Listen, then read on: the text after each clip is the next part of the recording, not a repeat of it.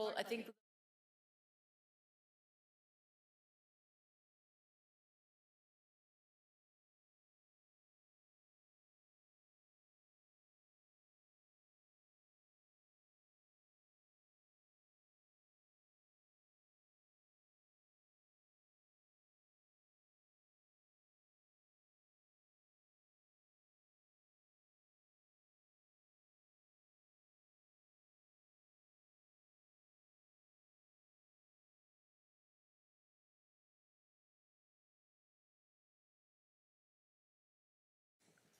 you've got 2 more. I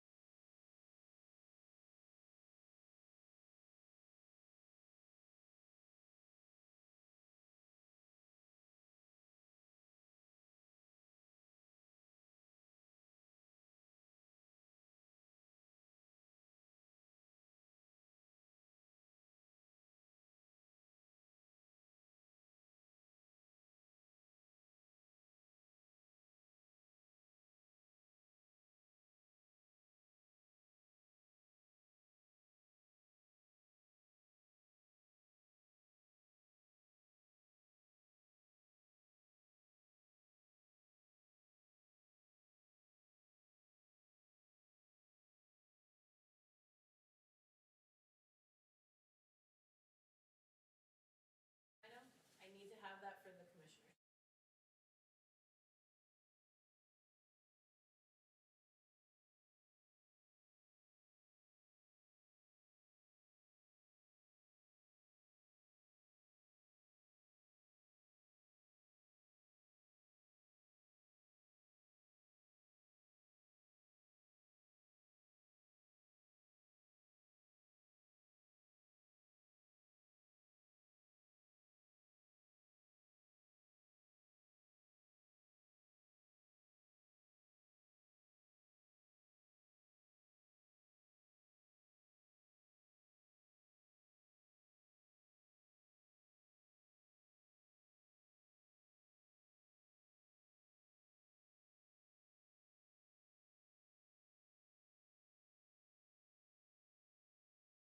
That was one.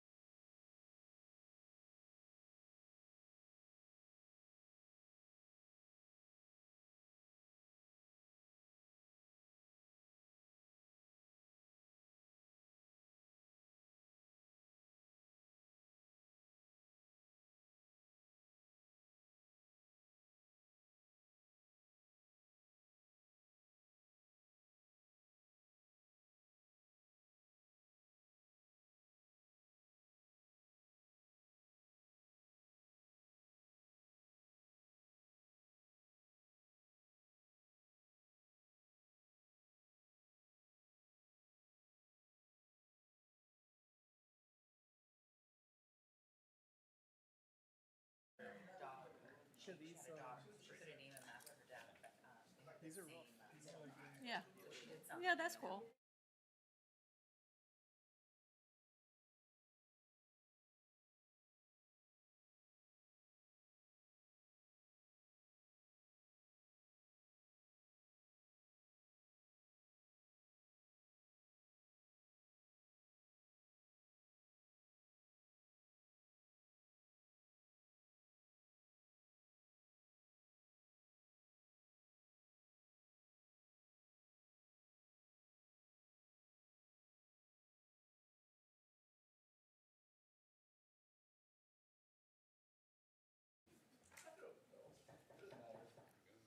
Oh, somebody's locked out.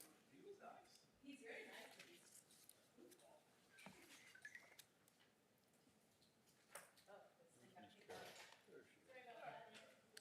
We have 3 designations today. Oh, yeah. They get passed right to stuff. Did one get like? Oh, yes. Hi, Mr. Young. Good, how are you? Yeah. I just thought we had.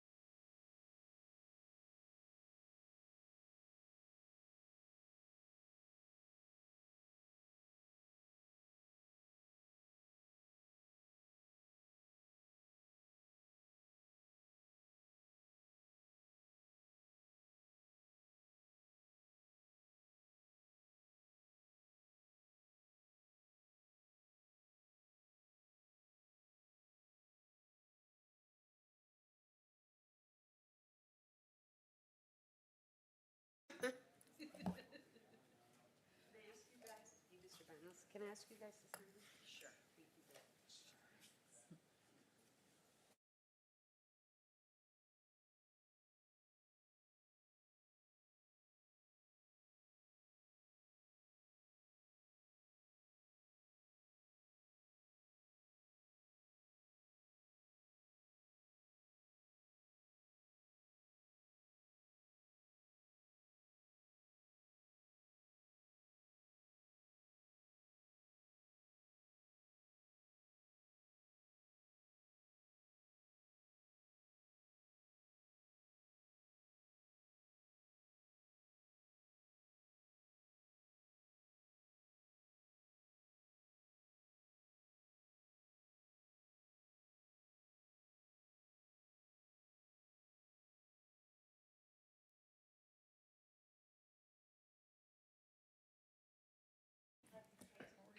How are you, sir? Long time no see.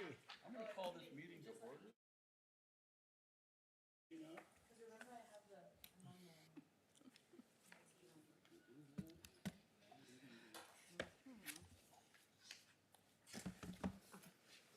So next one, that was Thursday. Are you ready? To be done by 7, because I played tennis. Yes, ma'am, we will be done. There's no chance. Let's just move it back because I don't like Thursdays either. I hate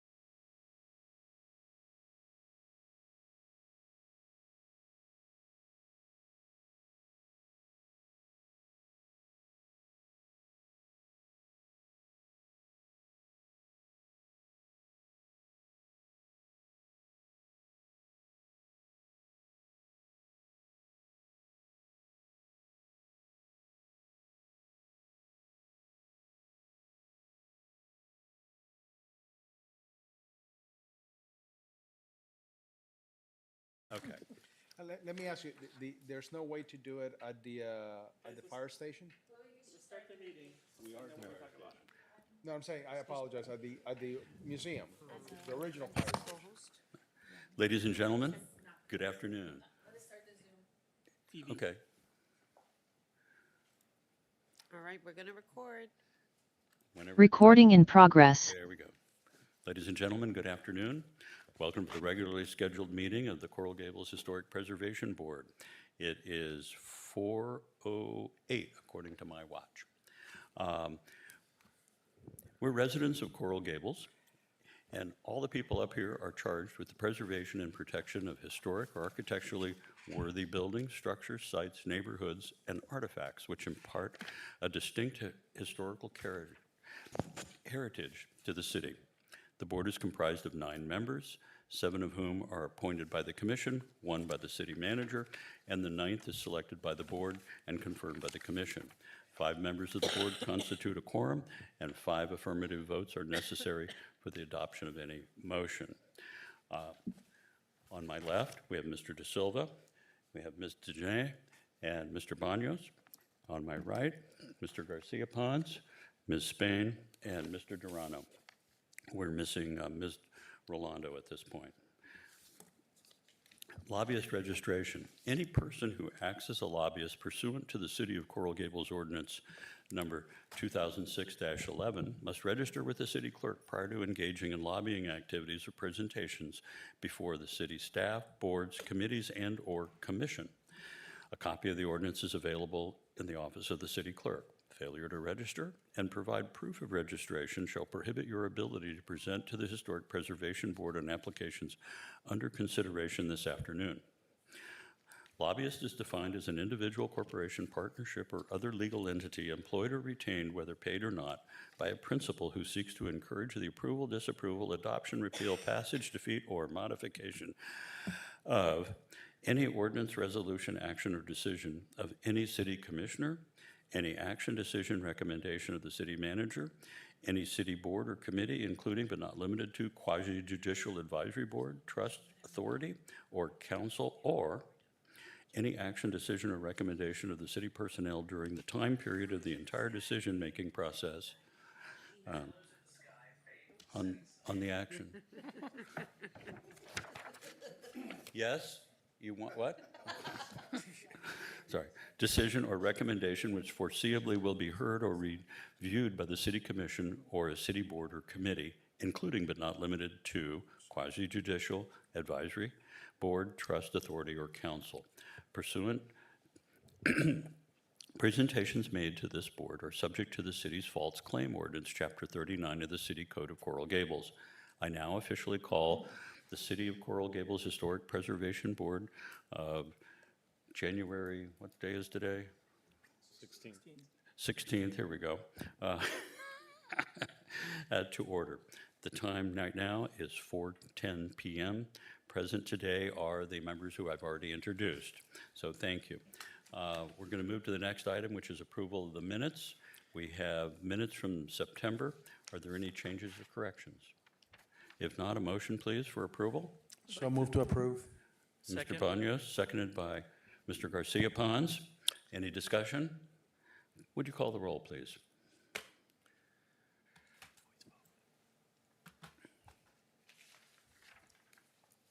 We can voice vote. We can, don't worry, we can just voice vote. Can we not? Yeah, do it. Okay. Any objections? None. Approved. Okay. Notice regarding ex parte communications. Please be advised that this board is a quasi-judicial board, and the items on the agenda are quasi-judicial in nature, which requires board members to disclose all ex parte communications. Any ex parte communication is defined as any contact, communication, conversation, correspondence, memorandum, or other written or verbal communication that takes place outside a public hearing between a member of the public and a member of a quasi-judicial board regarding matters to be heard by the quasi-judicial board. If anyone has made any contact with a board member when the issue comes before the board, the member must state on the record the existence of the ex parte communication, the party who originated the communication, and whether the communication will affect the board member's ability to impartially consider the evidence to be presented regarding the matter. Hearing no ex parte communications. Deferrals. Are there any deferrals?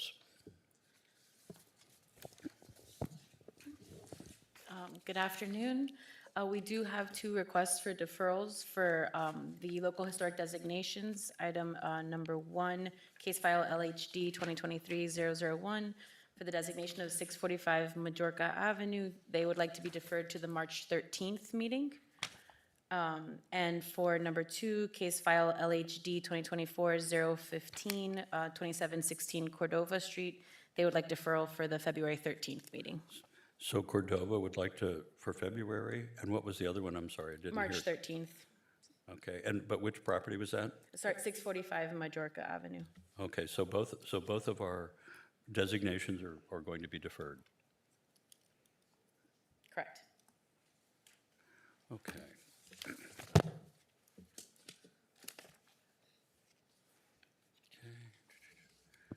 Okay.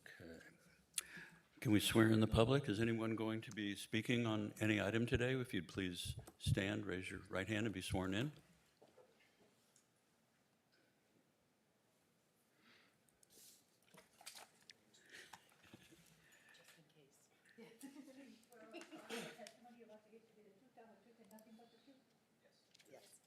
Thank you. Okay, so we're going to move to the case files. Pull on glasses. Is there anyone? Okay, ladies and gentlemen, if you're looking at your agenda, we're moving to item number 7, which is special certificates of appropriateness. The first item on the agenda is case file COA SP 2024-034, an application for the issuance of a special certificate of appropriateness for the property at 1203 North Greenway Drive, a contributing resource within the Country Club of Coral Gables Historic District, legally described as Lot 1718 to 114, Block 4, Coral Gables, Section E, according to the plat thereof, Plat Book 8, page 13, Miami-Dade Records.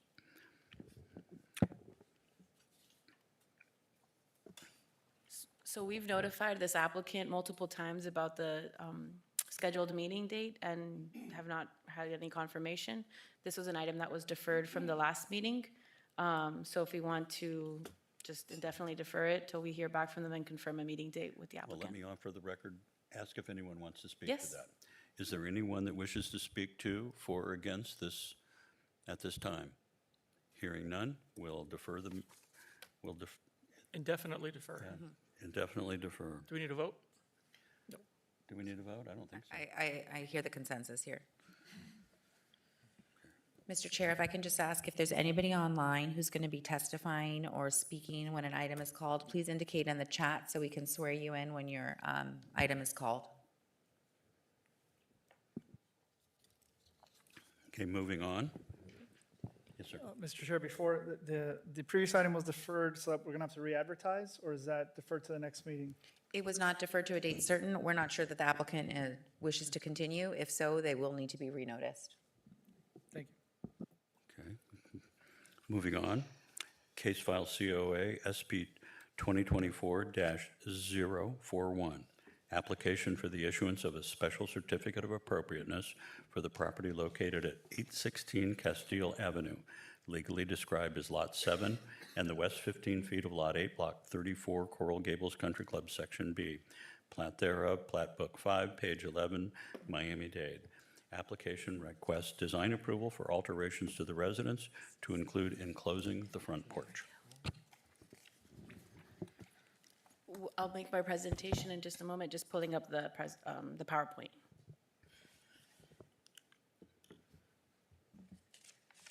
May I? Welcome. Okay, thank you very much. Actually, Sorry. the city, We're If you going could to have a hold one presentation second. by the staff first. staff if is you gonna don't mind. introduce the We'll item. get right to you. But thanks for wearing a tie. I had one on the other day. It felt strange. I believe as an architect, it's our duty to distinguish ourselves as professionals of a higher nature. That's just my persona. Mr. Maxwell, while we're doing that, just for the record that Ms. Rolando has joined us. Thank you. speak softly? I can. Yeah, there's an echo if I raise my voice too much, so I'm going to speak very softly. 4428? Yeah, sorry, having a bit of an IT issue, my internet issue, really. Thank you. It's the room. I'm CG, it's just, it's just frozen. So I can move forward to the presentation if anything. Go ahead. Everything has been deferred. Everything has been deferred. The first two items. It's the presentation that's not pulling up. Maybe her machine will do Do it. you have Is it? It's not coming up? The two designations and The presentation in the drive? Where it always is? On your PowerPoint, where the presentation is. If you want, I can introduce myself while the stuff is coming on, and then, oh, wait. Okay. All right, here you go. We had an additional person who was coming in, swear him in case he needs to speak. We can swear in any other speakers when they appear if they haven't been sworn in yet, that's fine.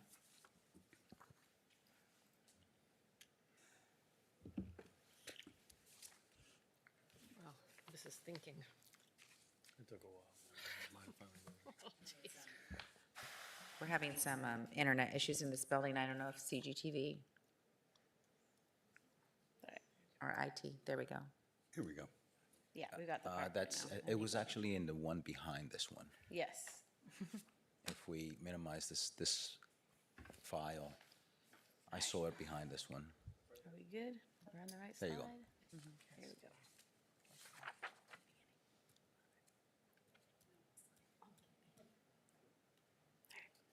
Wow. Okay, my apologies. I think we have the presentation up now, and then I'll take care of your presentation when we'll pull it up. Give us, As mentioned, the applicant is requesting design approval for alterations to the resident, including enclosing the front porch. In August of '23, a COA, an administrative COA was issued as part of a building permit application for interior and exterior renovations. As a revision submitted in August 2024, the scope increased to include structural repairs, roof replacement, enclosing the front porch, and modifications to the windows and doors at the rear. The original screened-in front porch remains an open-air space, and the property owner is requesting to install impact windows detailed in a similar configuration to the original screen. The proposed alterations to the rear do not detract from the historic character of the building, since they are not visible from the public right-of-way and are being made to an already modified area. But we believe that the work proposed to the front porch detracts from the integrity of the historic building and is inconsistent with the Secretary of Interior standards for rehabilitation, and staff is recommending to deny the proposal. does that conclude staff's report? Yes. Okay. All right, we'll we'll open this up to the public now, or anyone. No, that would- we can have the applicant's presentation. Well, which is, Thank you. public presentation, yes, for the applicant, I'm sorry. Good Yes, sir. evening, Chair, Vice Chair, board members, Historic Preservation staff, and administration. My name is Wesley Castellanos. I'm a registered architect with Castellanos Design Studio. I am presenting to you is 816 Castillo Avenue. To my left, I have the owners. I have Mr. and Mrs. Carlos and Stephanie Mercado. So basically, what we have in front of you is this small application.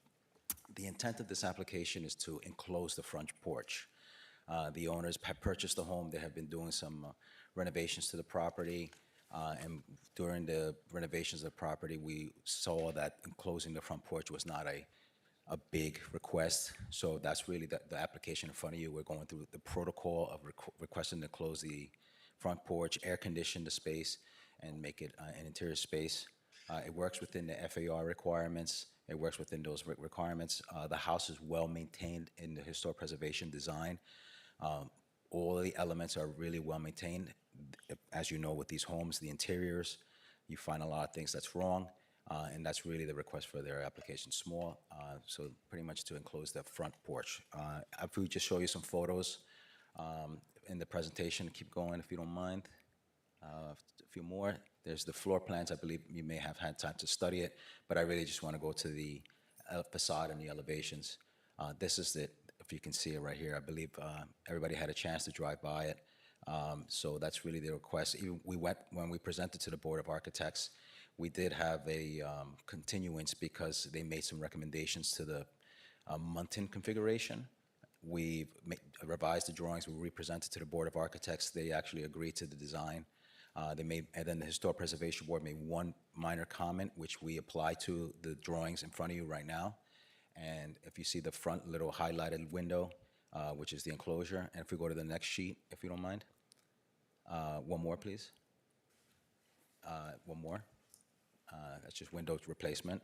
One more. Okay, there, on the front, on the bottom elevation, on the front, that's the request for the mounting configuration by the Historic Preservation Board, that which we applied. That concludes my presentation. I kindly request a favorable consideration of the application. Thank you very much. You want to? Is there anyone else that would any of the public like to speak the- to the this? owner or- would like to say and something, for or if she against may. it? Please come up and, Hello, hi, please state your name and address for the record. I'm Stephanie Mercado, and, oh, that's very loud, and I'm one of the owners, along with my husband Carlos. This matter came out because as we were starting the, If you can, please speak as close to the microphone as you Sure, can. These sorry. things are not very they're sensitive. very fussy. Thank you. Okay. This matter came up as we were doing exploratory work on the home. Basically, there's a lot of water damage due to the flat roof above the closed-in porch. And, sorry, I'm a little nervous. So we were thinking as a solution for this, as well as when you're talking in terms of appropriateness of the home, we were thinking this was a good solution, how to deal, because it has to do with enclosure and basically doing the work that is required to fix the flat roof and then deal with the water issues in the enclosed porch. If you were to go to the home, you'd actually understand that, or if you were in the space, you would understand that there's a lot of debris because we are almost on a corner that comes through just maintenance, outdoor maintenance, landscaping work, as well as the stuff that's being done across the street at the golf course. In order to in order to eliminate that sort of weather that comes through, it would have to be enclosed. So that's kind of how we got to this idea. And as far as functionality, it just basically is a really dirty, messy, wet space. So if we were to use it at all, it just basically requires it to be enclosed. We're not looking to alter it in terms of its look. I actually wanted to buy the house because of historic property. I like old homes. I've only owned old homes up north.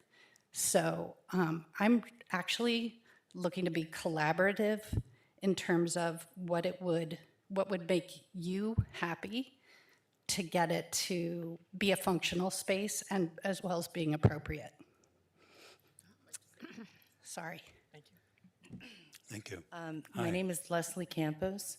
I'm with M Squared Construction. I'm the contractor. I'm a second-generation contractor. My father, Crisanto Campos, has been building in Coral Gables for over 35 years. We've probably done over 200 homes in the area. We have watched these historical homes for many, many years. My father just purchased one on Obispo. A lot of them are in very poor condition because either people cannot afford to purchase them to do the upkeep, or the existing owner has not maintained them. So in interest of keeping these historical homes present and alive in today's economy, I think that we need to work together as homeowners and as people, building officials, to encourage people to purchase these homes and to maintain them. I understand that we are dealing with a term called appropriateness, which we would like to talk of clarification with that, as far as, to my understanding, we are not asking to change the facade. As a matter of fact, if you drive by the house, you actually think that there's already windows there. So in terms of what that space was used for, obviously, back in the day when they didn't have air conditioning, that space, in my viewpoint, would be social gathering, dining. That is what they want to use that space for now. It's just not functional with today's climate. We're just in a whole different time period than we were back when the original house was. There are many homes in Coral Gables that have already done this. How they did it, I've seen permits that have been approved where windows have been put in these enclosed porches. We are willing to make it look, again, as a team effort, to not change the facade or the look. So the original screens in the house are actually not even there anymore. So I actually also brought my Windows supplier here, who's very knowledgeable in, they're looking at a Marvin window, to be able to even manipulate and have the window look like the original screen. The functionality, I think, to be able to allow people to do this moving forward, I think would encourage people to purchase historical homes. It's a large space that is now considered a non-AC space that I think if we could create functionality in these spaces, it would be an encouragement not only to this project, but to other projects for people to invest in these projects. Because they have to have something, there has to be something to the business, to the, the homeowner to encourage that. So I guess the term appropriateness to me, I would like to have that conversation as to why, if we're not changing the facade, we're not changing the functionality of what that space would be used, why would we not encourage this? Thank you. Is there anyone else that would like to speak to this matter, either for or against? Can they close first? What's that? Can you close? Are they done? Yeah, they're finished. Yeah, that's it, right? Yeah. Again, this is, No, Nope. you're done or you're not? Okay, thank you. Thank you for, Yeah, that concludes our presentation. thank you very Thank you. much. All right, go ahead. Thank you. So is there anyone else that wishes to speak against or for this? Okay, we're going to close the public hearing portion, and we're going to move it back here to the board. Mr. Chair, I have a question. Please, This is Mr. a question Garcia-Ponce. for staff. The drawings that were presented show original north elevation street. Are those the original ones that were, No, those are from the plans that were completed for an addition at the rear.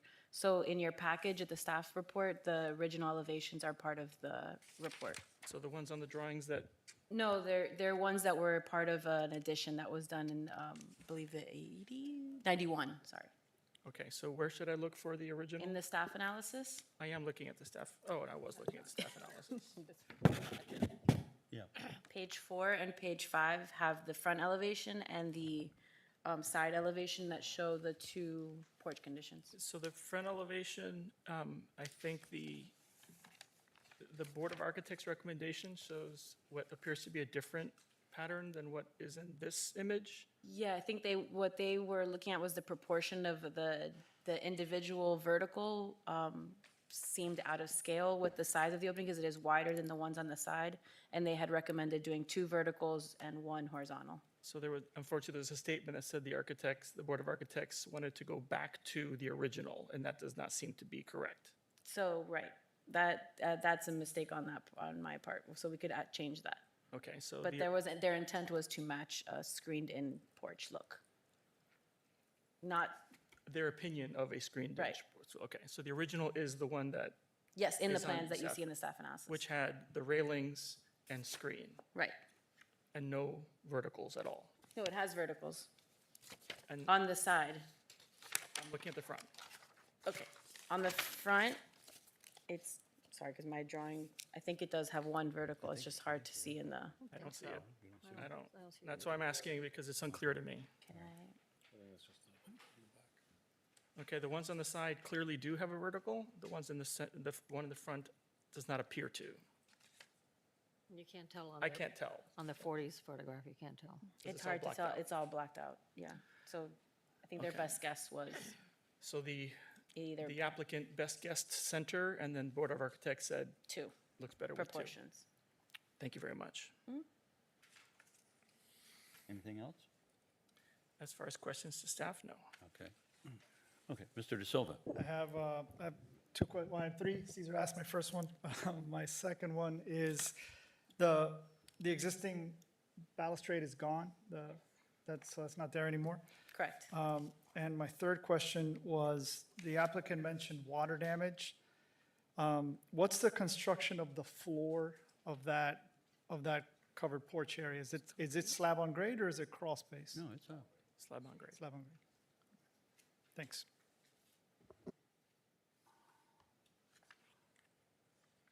is there any further, Mr. Banya? To the chair, just wanted to ask Ms. Parnas, clearly, if they were to put a screen porch, there will be no objection on your part, right? Because Correct. it's just an opening now, right? So Right. There's no screening or anything like that. No, so- oh, there's yes, it's just a full screen in the opening. You can't, so it I'm just- sorry, for the record, can we please speak one at a time and use the microphone just for the record? they weren't asked a question, Okay. so. No, I was just asking, in other words, it is the screening. So there's a full screen Closer. in the existing openings. Okay, that's fine. I have a question for staff. Has there been a discussion about returning the balustrade back? We did not have that discussion with the property owner, but we can ask them now. Well, it's just, it might make it, if we were to go ahead and approve glass, it would look a little bit more like a porch if we actually had them return the balustrade. I can't tell by the original what type it was, whether it was wrought iron. It's probably a turned wood because the screened-in, the porch door is there, and it has those turned details. Oh, okay. And they are retaining that in their plans. Oh. Oh, yeah. That would make Chair. more sense. That's pretty. That's nice that that's there. Mr. Chair, if there's no more questions, I would like to make a motion. Actually, I have one more Yeah. question, sorry. Mayor, as part of this application, you're asking to enclose the three windows, essentially two side and front. What's the proposal? I'm unclear about the proposal for the door. Because that's gonna have to be, if you're enclosing the whole thing, it's gonna have to be impact resistant if it's not already. And on the drawings, if you could point me to what you're proposing there and how that relates to what was there originally. Okay, so if I may, again, Wesley Castellanos, architect, the screen swings outward. Please Screen, speak as the close screen as- thank you. swings outward, the screen door, the wood door, it's actually original and it's gonna be maintained. So the door that they're gonna propose would be inside of the porch space, the opening, and it would swing inward. That would be the hurricane impact door, but the screen door would remain on the exterior. So it would appear as the wood screen door is the main elevation. So that's what I see as door G, I guess, on your Yes, drawings? yes. So door G is, the image on the right is a solid wood door. On that's what gonna sheet? rem- I'm sorry, On A4. A4.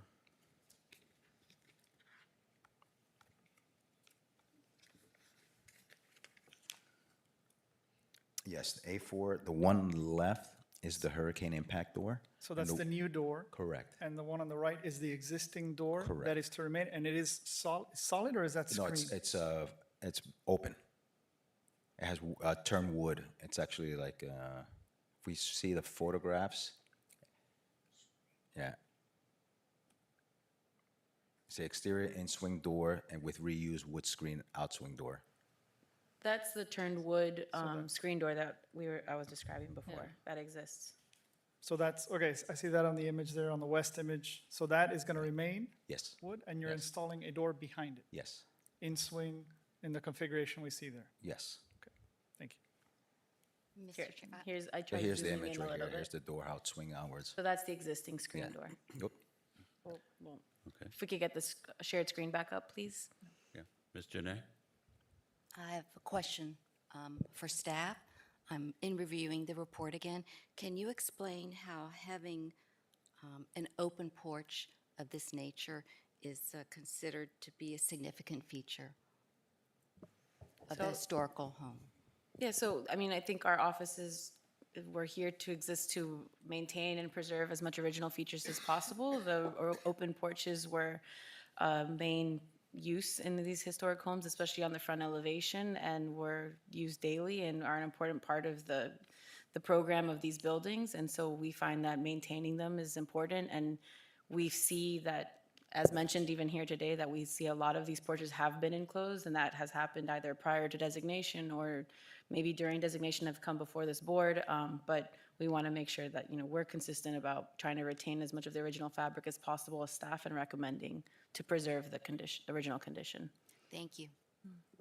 Mr. Durano? I mean, it's not so much a question, more a statement. I'm of the opinion, I'm okay with enclosing these porches. I kind of agree with the applicant that, you know, if we want people to start taking care of these historic homes and restoring them, I think we need to be a little flexible with, you know, today's current climate and, you know, the uses and functions of the house. So I'm okay with enclosing it in glass, as long as, what I would prefer is if the rest of specifically the architects on the board, kind of, you know, the design, I thought I would just do a clear glass picture window without any dividers, but if they, you know, Board of Architects wants it, or you guys, I'd be fine with anything. I'm leaning towards being okay with enclosing it as long as it looks appropriate, so. Thank you. Mr. Garcia Pons? Yeah, I have one more question for staff. The height of the original balustrade or balcony was at 30 inches where the line is now? Do we know if it's in the same location?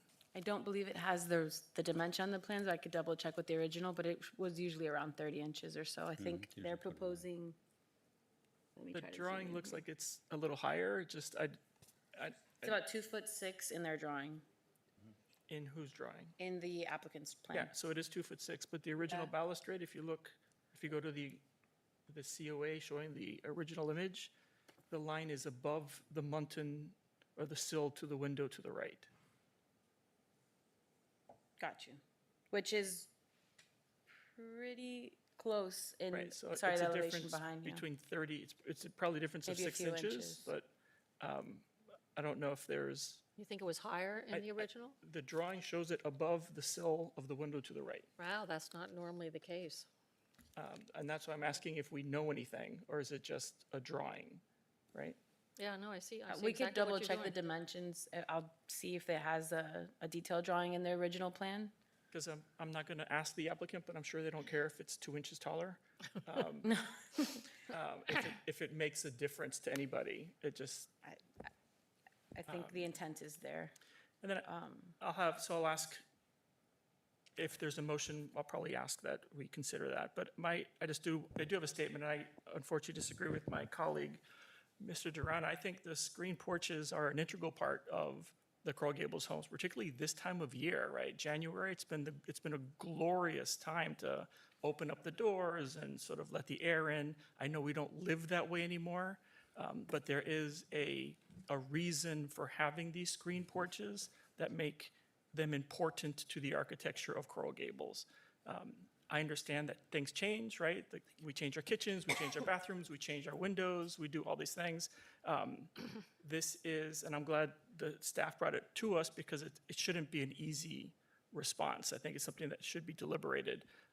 And I appreciate what the architect has designed and what you're presenting. I'm still not sure if it's appropriate to use the term that you guys are using, but I appreciate the effort that was put forth. All right, thank you. Mr. And Chairman, Mr. Banos, Yeah, I would like to make a motion, but I want to preface it by. are there any further questions before you make a motion, or we want to make sure that we No, I get just all want the to, I want to questions? preface it with sort of agree with a comment that Mr. Garcia Pons said. Look, from my view, a lot of these open spaces, okay, are, it's the whole idea, these original homes, historic homes, you would spend part of your day outside just enjoying the breeze, okay, and the weather in South Florida, especially this time of year.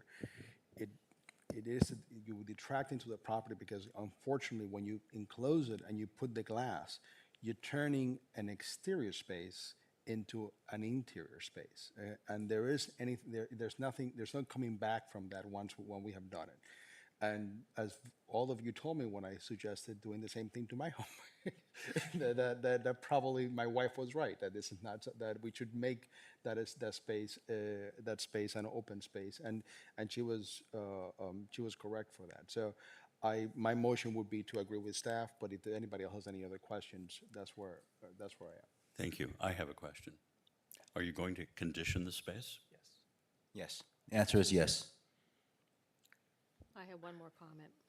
Ms. Spain? I've been in multiple porches, some designated historic, some not designated that have been air-conditioned, and they never feel right.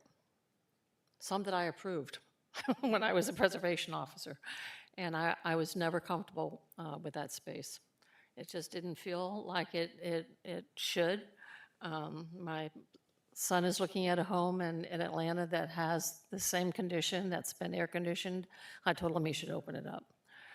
He thought I was crazy, but I really believe that you would be happier if it wasn't air-conditioned. Okay. Are And there I think any you should other put the questions or balustrade back. Comments from the board? Okay.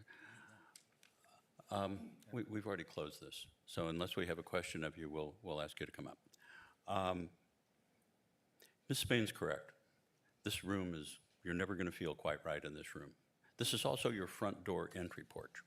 And so in the old days, you would come in out of the rain, because remember, it rains here over 60 inches a year. And so that's your front entrance. And so you're changing the front entrance of the property. And while, you may not think it is significant, it is. And so that's why this is in front of the board, and that's why this is a deliberative process. So, if you're interested in historic preservation, you would consider keeping the screen porch. And if there's original screening on there still, I would be really amazed. And, because it just doesn't last that long, just like anything else. Everything requires maintenance, everything requires, periodic upgrading and updealing. And this house is 100 years old. So if you were 100 years old, would you be in as good a shape as this house? I know I wouldn't. But with that, are there any other questions of the board? If not, I'd like to have a motion.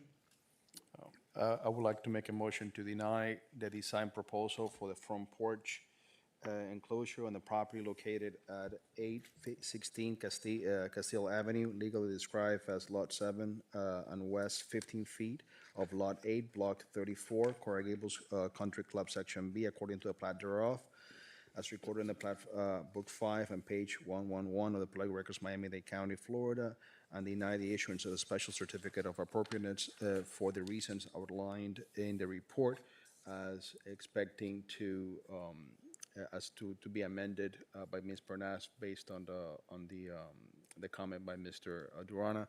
I would like to incorporate by reference the comments of the board as to the importance of this porch being the opening of the property and why enclosing it is not the appropriate thing for historic properties. Okay, thank you, Mr. Banos. Do we have a second to the motion?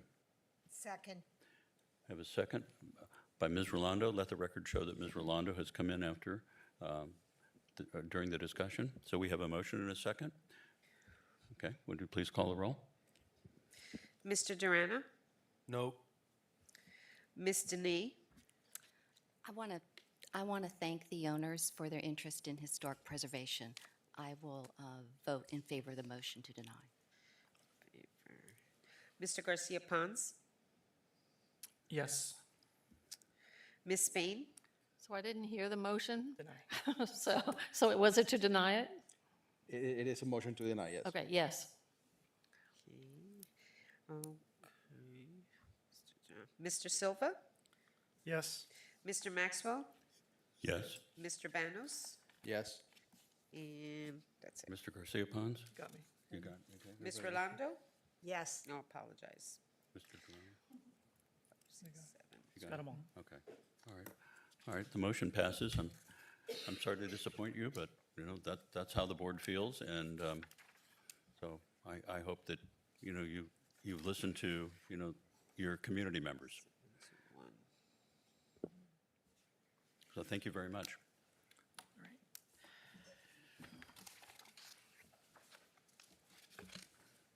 Next item, case file COASP 2024-040, an application for the issuance of a special certificate of appropriateness for the property at 720 Madeira Avenue, legally described as Lot 7, Block 7, Coral Estates Section, according to the plat thereof is recorded in Plat Book 19 at page 7, Public Records, Miami-Dade.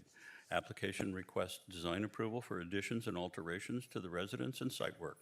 Variances have also been requested from Article 2, Section 2-101D6 for ground area coverage and Article 2, Section 2-101D4 of Coral Gables zoning code for the minimum rear setback, and Article 5, Section 5-403 for the height of the privacy wall.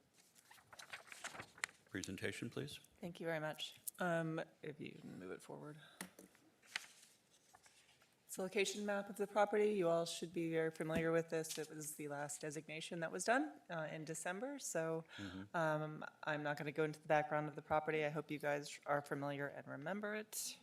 Oops. Oh, wait, that was a photo. If you could back one, sorry. 40's photo of the property. They are proposing additions and alterations to the residence and site work. It is about a 270 square foot addition that connects the house to an existing auxiliary structure. The auxiliary structure was the original garage to the house, but it was rendered inaccessible with a 1963 addition. So it's just sort of sitting in the backyard as a space. So this will connect the two. They are also asking for 3 variances on the property, one pertaining to the rear setback, one for the maximum ground coverage, and one for the height of a wall at the rear of the property. Staff is recommending approval of the lot coverage variance and also for the mechanical equipment setback, but not of the wall. So Nelson De Leon is the architect, and he is both late, which is fine. He has the next 3 items on the agenda, but he also has lost his voice. So it's going to be a bit of Does he know where he lost it? How about this guy? So yes, the property owner is here and is going to be working to the presentation, and we can help fill in as well. Okay, very good. Vinny, would you like to make a presentation on this? Yeah, Nelson told me I'm not doing too well, and I said, "Put me in, coach." Okay, So if you would, please state your name. I'm here. I think you can handle it, Mr. Torrey. I told him I think I could do it. So he did a pretty good job in following my my lead and what I really wanted to do here. I think I explained to you a little bit the house. Can you put something that shows? Can we do the staff report or something that shows the house right now before you get to the plans? Is that feasible? There you go. There we go. The house is a 1930s house. As you know, there was an addition in the back, separated it from what was the original garage. The garage sits way in the back. Yeah. The idea is to connect the front of the house to that cottage, and as the staff explained, the only amount we had to connect was 130-odd feet. To get it to fit and properly do this, we needed about 138 feet. So the only thing we're trying to do is make a proper addition to connect to the back. That's why this 35% had to be sort of gotten to 38, I think, right now. So this house could have actually taken a lot more square footage. The FAR is really low. I felt this was adequate and the house could be a really nice house, so this is sufficient. The second thing we wanted to do was add a pool, and the lot happens to be a very deep lot, so there's a wall in the back. That was part of the design Vinny, do you want requirements. the site plan up? Yeah, so let's go to the site plan. I'll explain to you the thought process here and some examples. So that shows you the addition. It basically connects the front of the house to the cottage. Then on the left, we do the pool with the pool deck, meeting all the criteria for the green spaces and so forth. Next slide. This is the missing piece. Yeah. Well, the current houses, that's a zoning sheet. That's the enlarged floor plan. Do you see the gap? Sorry. Yeah. And then this is the proposed plan. Let's do the Next slide, that's the proposed plan. It creates a hallway between the main house and what would be the master in the back. And then the closet fits in that piece in the middle with a bathroom for a third bedroom and some closet space. So it does a nice job in connecting the house. The cottage, or I should say the garage in the back, has another great feature, is that it's hand framed. So as you go in there, you see the entire framing of this house. So if I leave it as such, which I intend to, your master is going to have a originally framed roof, which is going to be very interesting and very nice for that house. Next slide. Ceiling. This is the roof plan before. This is the connection, which is a flat roof. And the next slide shows you the before and after, the front In the back. and the back. And this is the side views, and then you can see there the connecting piece, which is very different from the original house. It's a very simple connection piece, very plain. We did a little bit of a flare in the roof just to get some interest in there. Continue. This is some sections. And we can keep going probably to the slides, the PowerPoint. Okay, so this is the PowerPoint that I helped put together to show you what we're trying to accomplish. So moving forward, that's the existing house.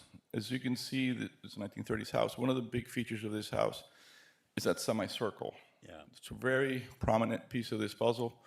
The second thing that caught my eye in this house was those awnings. I know that they're not shown here, they're not talked about, but I want to come back to those after we discuss this. Keep moving.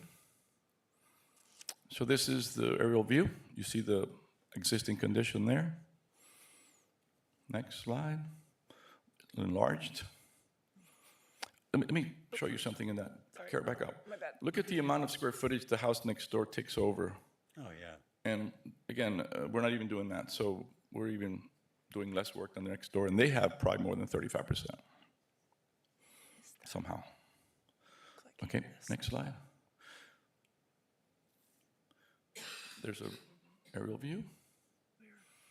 And then we go to next slide. So here we see the connecting structure with the pool deck and the master bedroom with the French doors. Keep going. Keep going. That's the view towards the back. The next one is somewhat of a raised view. The next one is from the back. And let's see what's next. And there's from a further position.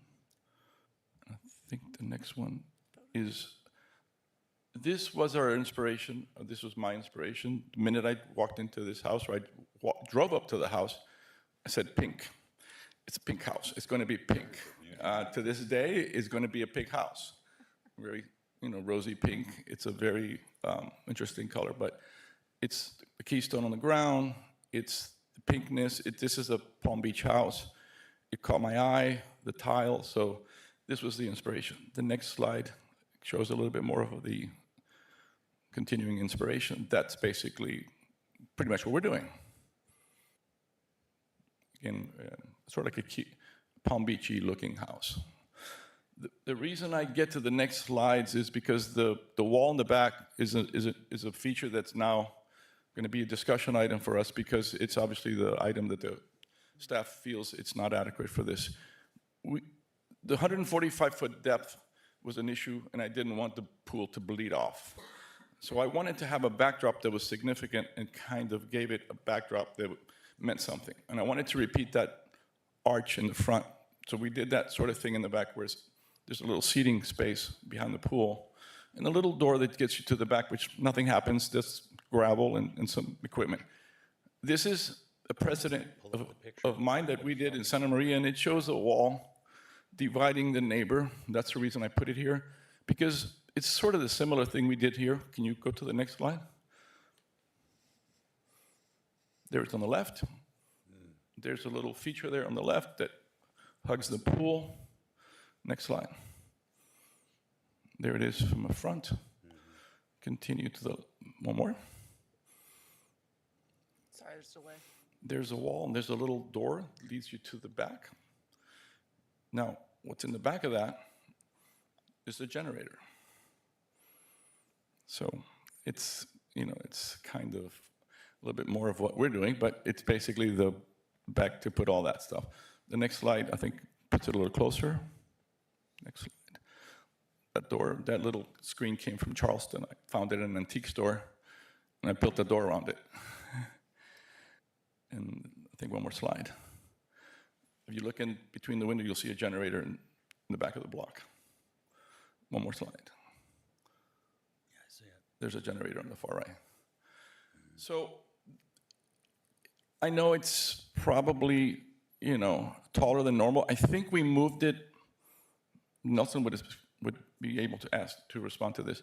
I think we moved it to 10 feet, which is the setback, which would allow a wall to be of a different height. So I think we're not trying to get it all the way in the back. I'm trying to move it up. If I have to move it up a foot, so be it. But I think it's a feature that we really like to have with a wall that has the arch and then maybe tile in the back. I think that's about all I have. Okay. All right, thank you. Thank you very much, Mr. Torrey. Is there anyone else that would like to speak about this? Yeah, okay. Okay. No? So, okay, we're going to close that portion then. Kara, would you please put up the slide that Mr. Torrey had that showed the proposal? Would you like the rendering? Yes, please. This one? Which one? A little more. One more. That one more. There you go. Yeah, right there. Okay, great. Okay, folks, this is really what we're talking about. All right. So, Mr. Silva. Yeah, I had a question. So you're respecting the rear setback. You have a 10-foot setback to this wall, right? So you could, are you over on your FAR? Let's say you wanted to build a living room back there, right? You could do that, right? You could build a gazebo At 10 feet. at 10 feet. So what is the issue with having a wall that's higher if you're respecting the setback for the house? With zoning or with us? Either. I think that variance may go away. The thing is that variance, we thought it held true, and I'm not sure now. We moved the wall forward a little bit. I think before it was at 9 foot. It was just a little bit less. When we did the revision, we pushed it forward, because that little jog in the back was creeping up into the 10 feet. But now we moved it completely into 10 feet, so it's a clear 10-foot setback. Now, that may have been during the period of us doing the revision and you. They would have In other words, if it's not necessary, Yeah, then it's a moot point, I think. Zoning would have gotten the drawings that we got. So Yeah, so, it's the issue with it's the height of the wall. They're calling it a privacy wall, which can only be 4 feet of masonry. But did they review a drawing that showed it in compliance with a 10-foot setback, or was was this done just for this board meeting? Do you know? no, so to be clear, we're processing the drawings at our peril.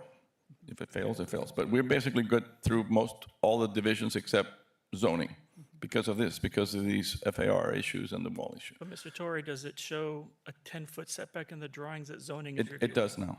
It does now. The revision took care of it because we were at 9 foot. There's a little jog in that wall No, that we sets see the it. depth. We just want to make sure that they're looking at the 10-foot, not the 9-foot something. If it hasn't gone back, the revision, it will by the time we get through. Right, And that so- will show 10 feet clear. So I think the clarification is that you addressed the comment that was included in their first zoning review cycle. And in the letter of intent and the request that came to the board was based off of that first zoning review? Correct. So it may be that because you satisfied it in revision 2, that doesn't come back. We to us for forgot to that. take off the Then that variance, because we're variance- crisscrossing two things, and I apologize, but we're trying to Right. do two things at once. So I think that the variance is actually not required because it is in the buildable area if it's within the 10-foot setback and you satisfy the zoning comment. Now- But we're looking at version 1. My Not preference is that version you 2. guys nod approval, so that in case they start giving me headaches, you guys are giving me the green light. That's what I would prefer. So just for the record, the variance request still stands, though it may not be needed. Yeah, but I know the people across the street and how they operate, and I'd just rather you have If you want to pursue the plans that we have, that are submitted within this application, that is the 9'6" or whatever it is, let's say, then that's what that variance would be for. It would not be for that 10-foot one. Can, Mr. Chair? Please. So if, to satisfy both, we, the board, can approve it at 10 feet, Yes. regardless of anything else. That would be And my then- recommendation. That, to me, Not- makes me not- feel much better. Not deny it or not approve it or whatever, approve it at 10 feet. Yeah. Yes. In other words, it really doesn't need a variance. I think that we should be cautious because zoning will then see that we approve it at 10 feet. And I think that's preferable, other than just allowing it to, not addressing it, thinking that it would go through zoning.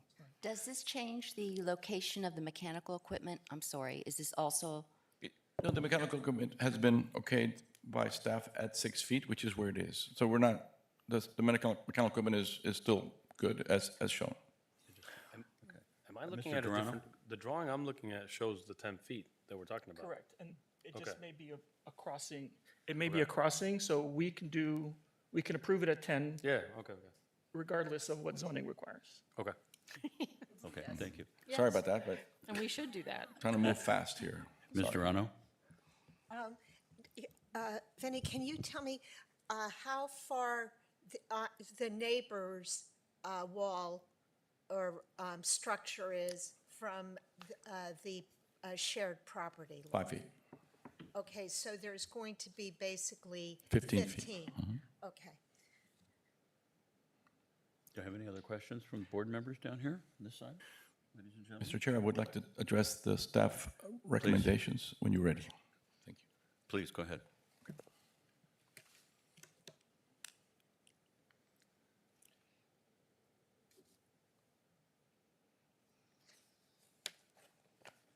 So I'm going to be okay. Windows, we got that. The door clear, we got that. Front door, I do have a question. I'm okay with the front door. Did you conclude that is the original door, Karen Anna? Do we know for sure it is? Okay, I wasn't sure. I'm okay with the door. The material for the pool deck, that was something you guys will talk with me. We'll negotiate the material. It's Ulitic limestone, but That's done administratively by it's something staff. done with them. Got it. The pool plans are done. You said you have to come back. It's going to be exactly as shown. Is there a way that you guys can say if it's matching what's here, you Yeah. don't have to come to the board? You don't have to come to the board anyway. For the minute? Okay, because this is already done and it's That's handled by exactly like staff. this. Okay, just, perfect. It says may be required. Okay. But it's a standard that I doesn't. would like to talk about the awnings, just in case I don't. So can we go to the inspiration photos that I showed you? They're a little bit before that.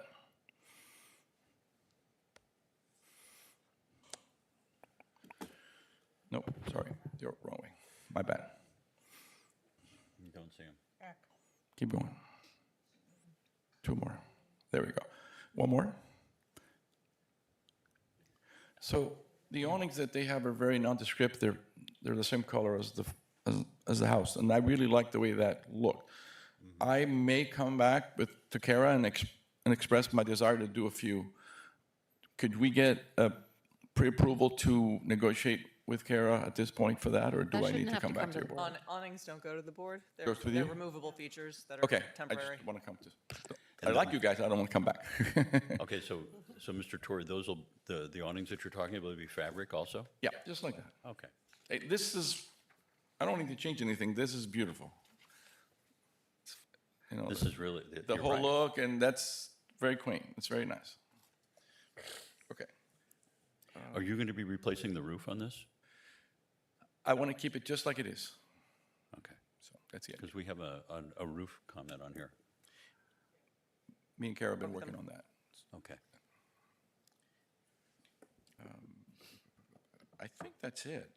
I just don't want to come back to you guys. If there's anything that we need to discuss here for any other matter, I'd just like to, pink is the color of the house. It's going to be very subtle rose pink, something to that effect. And after that, Coralina on the floor. the driveway, so forth. Pretty much like on the drawings, so Okay. I guess that's it. Anything else?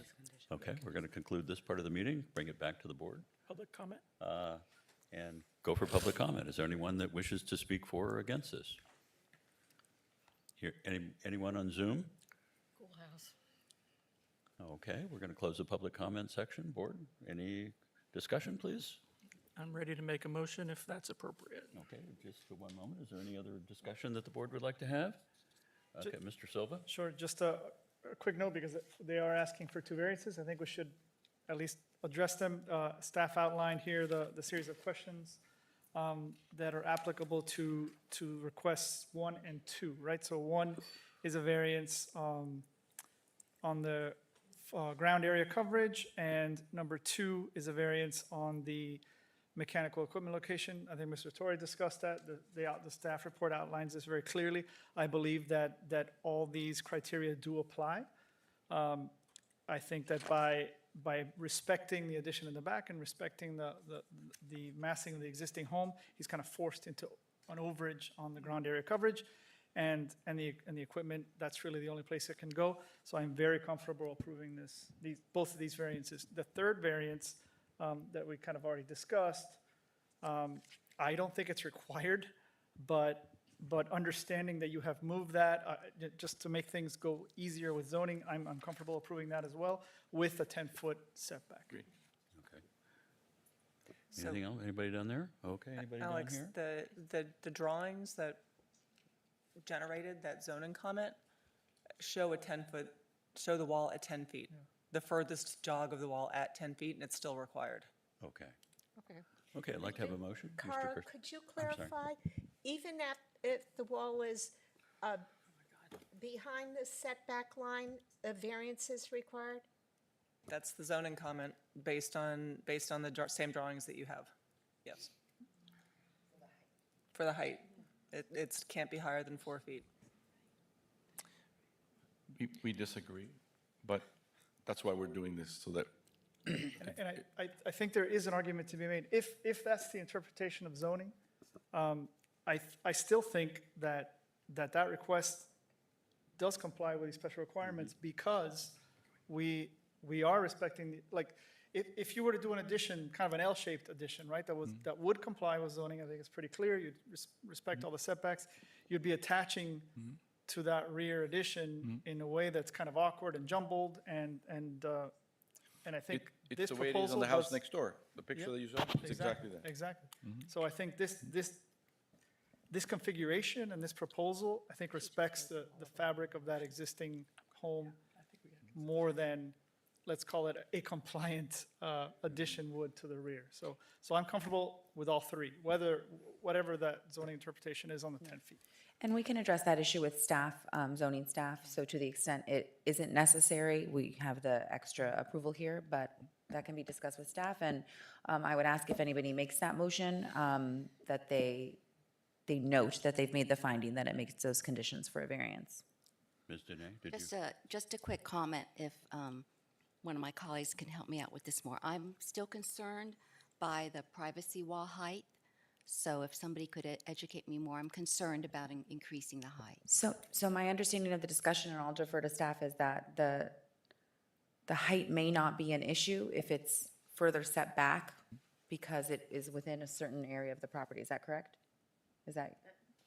That's what Mr. Silva was just saying. That this variance may not be needed Okay, because of the because of setback. where it is located on the property. Initially, the thought was because of where it was located on the lot, there was an issue with the height, but if it is further set back, there may not be an issue with the height. Oh, That's thank my you. understanding. Thank you So for clarification. what we basically did is, okay, thank you. Thanks. Okay, any further comments, discussions from the board? Okay, we'll close that and move to a motion. Mr. Garcia Pons? Okay, I'm going to make a motion of all the items, since I believe we have consensus. A motion to approve the design proposal for additions and alterations to the residence and site work on the property located at 720 Madera Avenue, and approve with the conditions noted above in the staff report, the issuance of a special certificate of appropriateness. And a motion to approve a variance to allow a maximum ground area coverage for a principal building of approximately 2,700 square feet, 37.2% of the lot versus the allowed 2,537 square feet, 35% of the lot as required by Article 2, Section 2, 101D of the Coral Gables zoning code.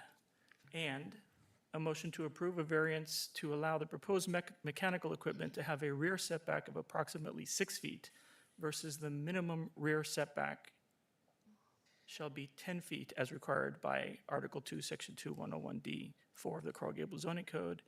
And a motion to approve a variance to allow the privacy wall to have a maximum height of approximately 8 feet and 6 inches versus the maximum height at 4 feet as required by Article 5, Section 5403 of the Coral Gables City Code, if placed at least 10 feet away from the rear property line. And what was the last request, Stephanie? Cesar, are you incorporating the staff conditions in your motion? Yes. I did The in the first staff one. conditions are incorporated in the motion, and just that the finding is made that the third request does meet those 8 characteristics of a variance request, And that the requirements of the request.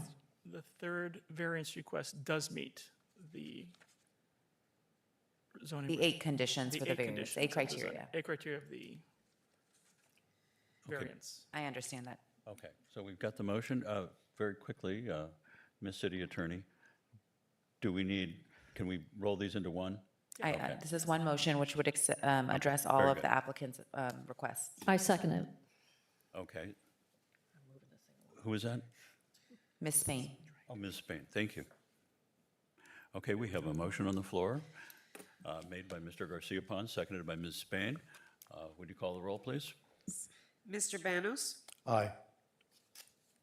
Okay, Ms. Rolando? Yes. Ms. Dene? Yes. Mr. Durana? Yes.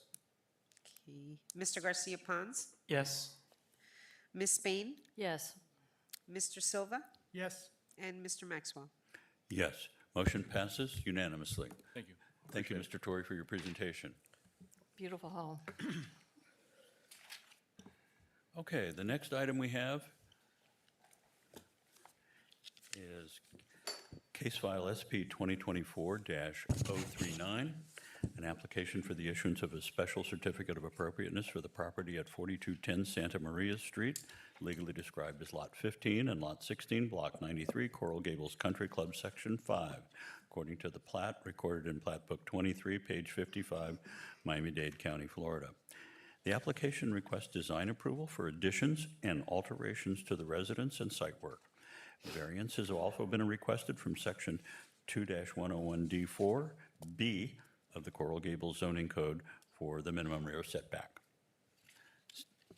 Thank you. This location map of the property, if you guys remember, this case came before you in July of last year for additions and alterations to the residence where they were proposing to do additions to the front, both sides, both wings essentially, and adding a garage to the front of the property.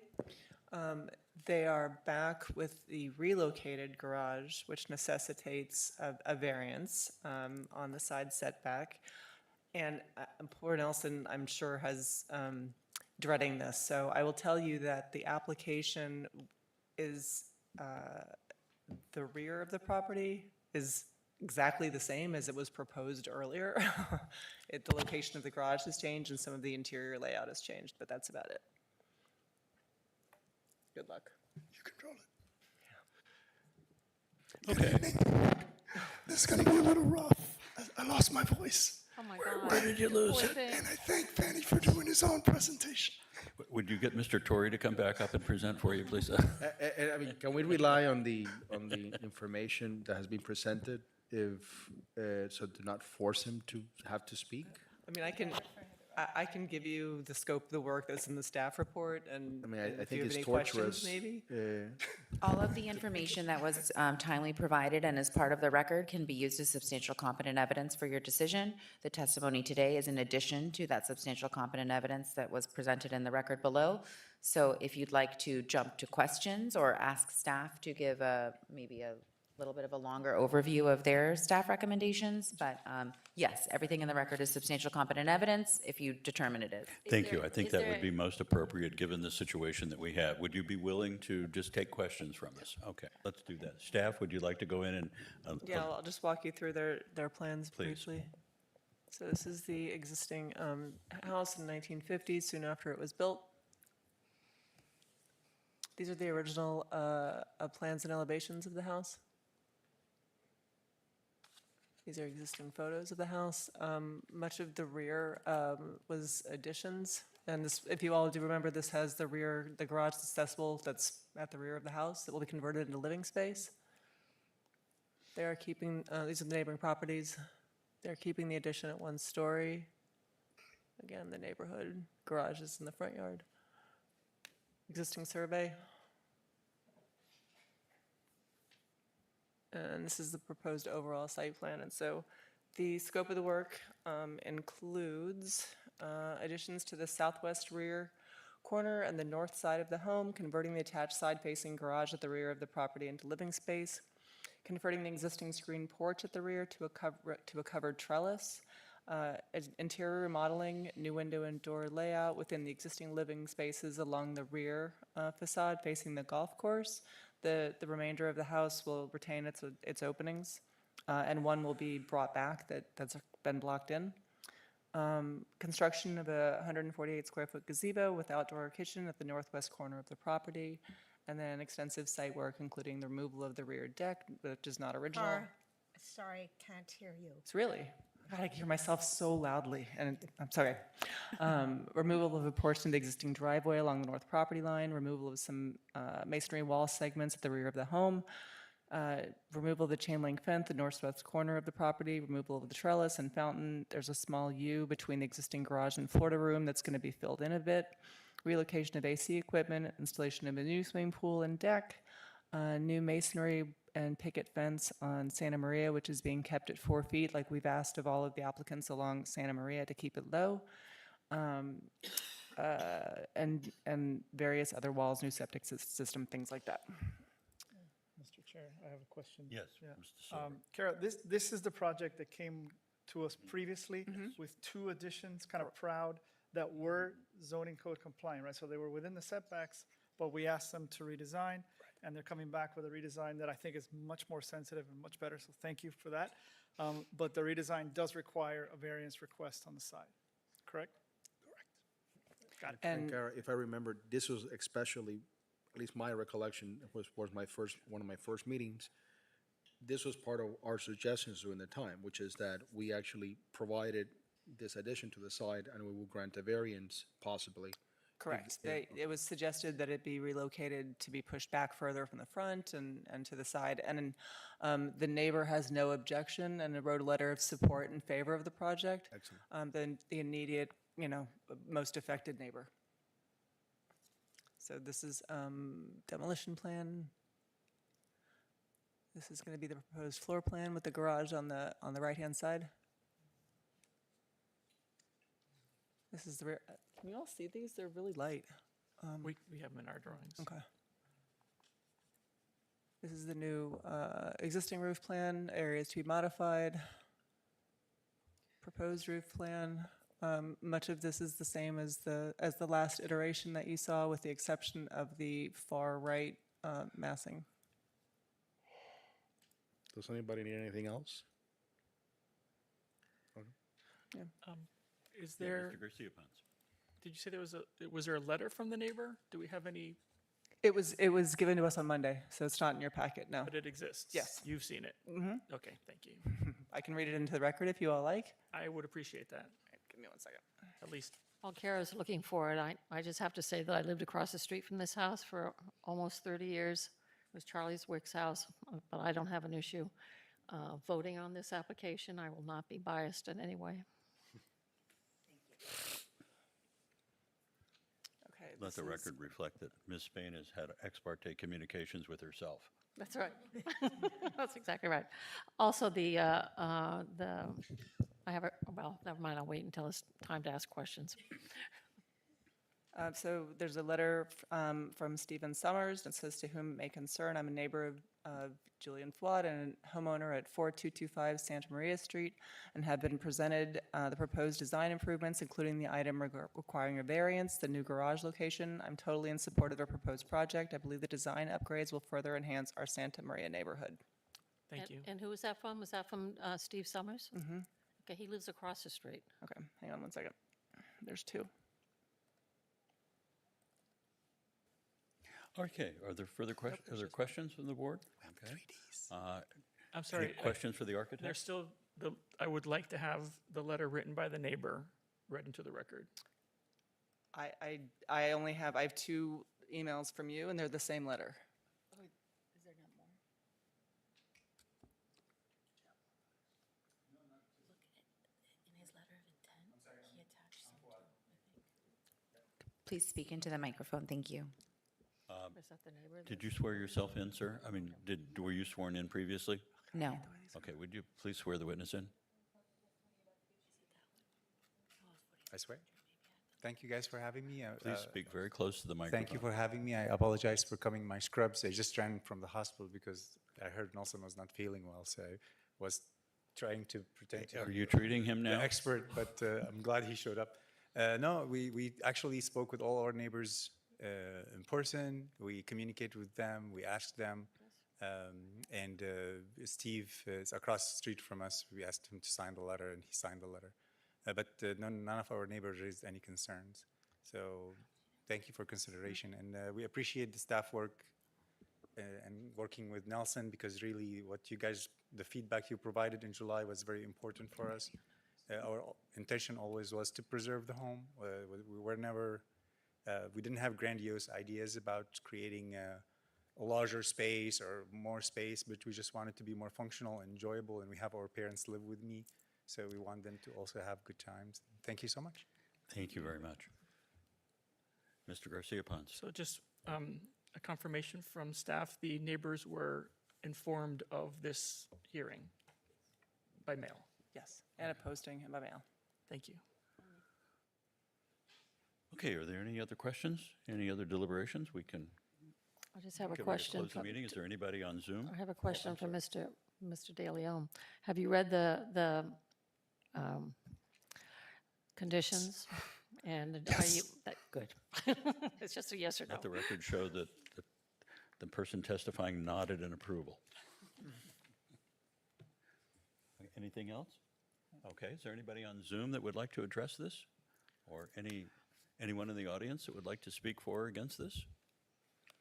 If not, we're going to close the public hearing. So thank you very much.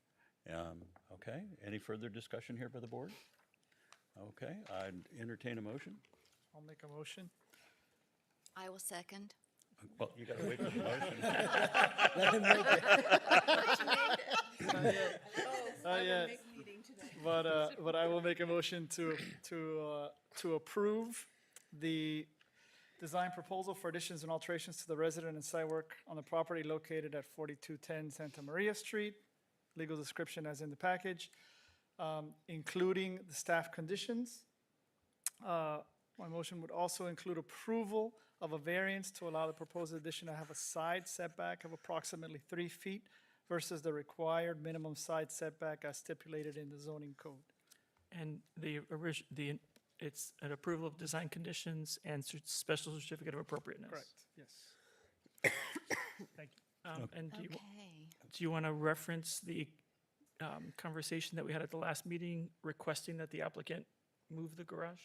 Yes, I think that we covered that in our discussion, but I believe that the variance complies with all the requirements, all the zoning questions in the requirement, and that this is coming back as a request from this board to move the garage to this location. Thank you. Okay, so we have a motion on the table. Do we have a second, Ms. Janae? Thank you. Yes, I would like to second and appreciate the compliance with prior recommendations from this board. Thank you. Can Okay, we have Can I just ask one question of Would the you speak- applicant? If they could Kara, can you please speak into the mic? If they could get something in writing from the adjacent neighbor that is the most affected by this variance, so just we have it on record, that would be. No? Okay, never mind. Okay, so anything else? We will call the question, please. Mr. Durana, Yes. Mr. Garcia Pons, Yes. Ms. Rolando, Yes. Ms. Spain, Yes. Mr. Banos, Yes. Ms. Junay, Yes. Mr. Silva, Yes. and Mr. Maxwell. Yes, motion's approved unanimously. Thank you very much, and if you can, when you find your voice, wherever you left it, let us know. Thank you very much. He's got the next one Appreciate too. it. Got the next one too. Oh, you're up to, again, oh, I'll be darned, well, I mean, but this votes for all muteness. right. It's really just a strategy. Okay, well, let's go on to the next item, which is case file COA SP 2024-038, an application for the issuance of a special certificate of appropriateness for the property located at 4600 Santa Maria Street, legally described as south 25 feet of Lot 30 and the north 55 feet of Lot 31, Block 93, Coral Gables Country Club, Section 5, Plat Book 23, page 55, Miami-Dade. Application requests design approval for additions and alterations to the residence and site work. Variances have been requested from Article 2, Section 2-101D of the Gables zoning code for a minimum rear setback of the new gazebo, and Article 3, Section 3-308D for the minimum rear setback of the pool. Staff? Santa Maria Street's busy this week. And we, all right, good afternoon. Sorry, let me pull up the right. And given the condition of the applicant, would you like me to also go through the presentation? And if there's anything specific, you could call it out. So you all have received their application and letter of intent and materials. And their letter of intent, they actually included the support of the neighbors that were, for the variances that were requested.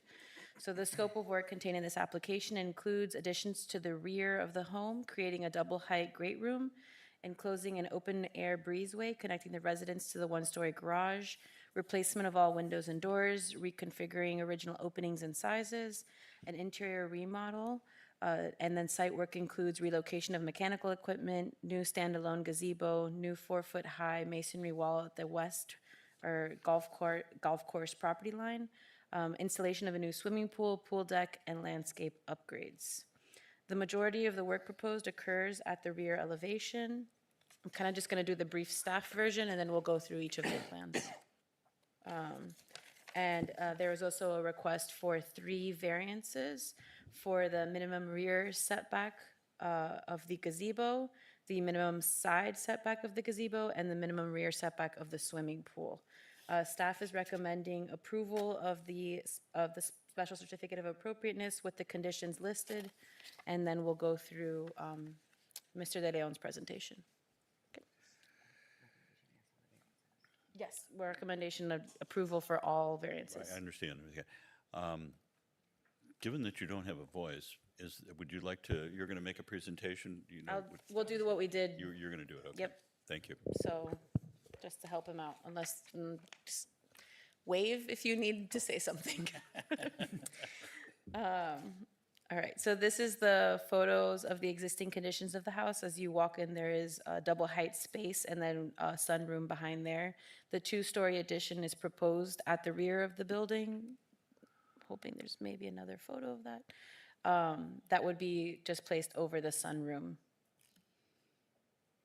Survey. Included in here are the original plans that show that there were modifications to the original footprint of the house already, where they created that first atrium and then installed a glass roof or glass ceiling over that space. That was And done with a then- floor area variance. Right, and then with a floor area variance, which is why the second floor addition that is being proposed does not include additional FAR because it is just an open space.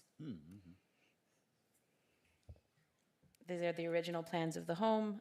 There are some requests in the description of the staff analysis for the front elevation to remove the Bermuda shutters and install new louvered shutters and then replace the existing front door condition with more glass openings.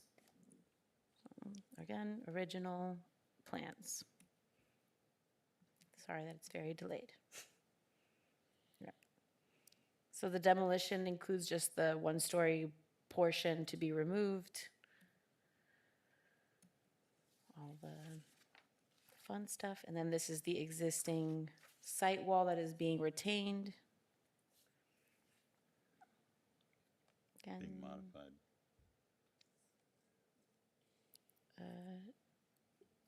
and then the proposed first floor plan.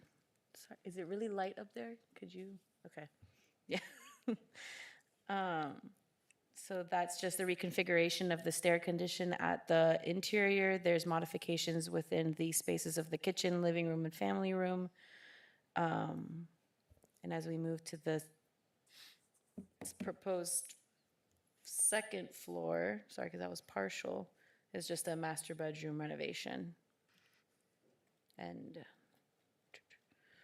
this is the existing roof plan where you have the glass atrium and the terrace below. And then the new is just an extension of the two-story at the rear.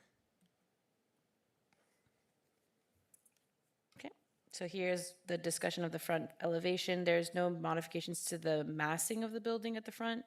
But there are changes to some of the replacement of the windows to 6/6 single hung windows, and then the removal of the Bermuda shutters to install new louvered shutters within the existing openings, and then replacement of the front door and the two side windows at the front entrance. And then this is where the majority of the work is being proposed, where the two-story addition is being added to the single-story sunroom over that existing porch that you see on the demolition rear elevation, and double height, that will all be a double height great room space. You see the gazebo at the right corner, and then there's a pool and new fence being proposed at this elevation as well.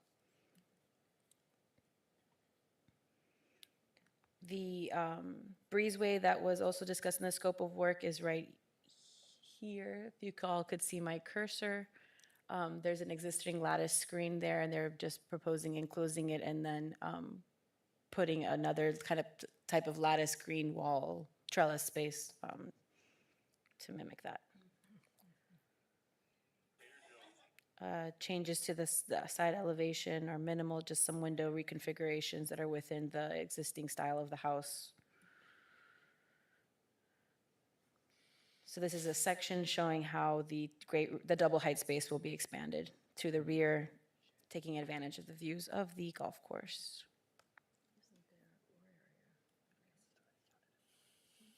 What else am I missing? Tree protection, and then here are the renderings.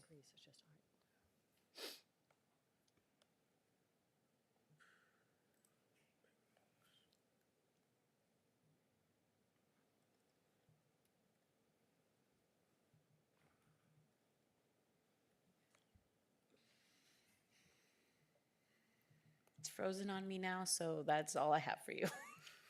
Unless I'm All right, missing thank you. something. Mr. De Leon, any comments on the presentation? Any comments based on what? No. Ask him about the conditions. Yeah. Okay, are there any questions, please? I do have a question about the conditions requested by staff. Have you had a chance to review them, and do you have any thoughts on them? I know you may not be able to speak to them, but they're pretty intricate. So we had, one of my first things actually that I need clarification on was, because I know BOA had written comments in one of the pages of approval, and it was only referenced in the BOA motion.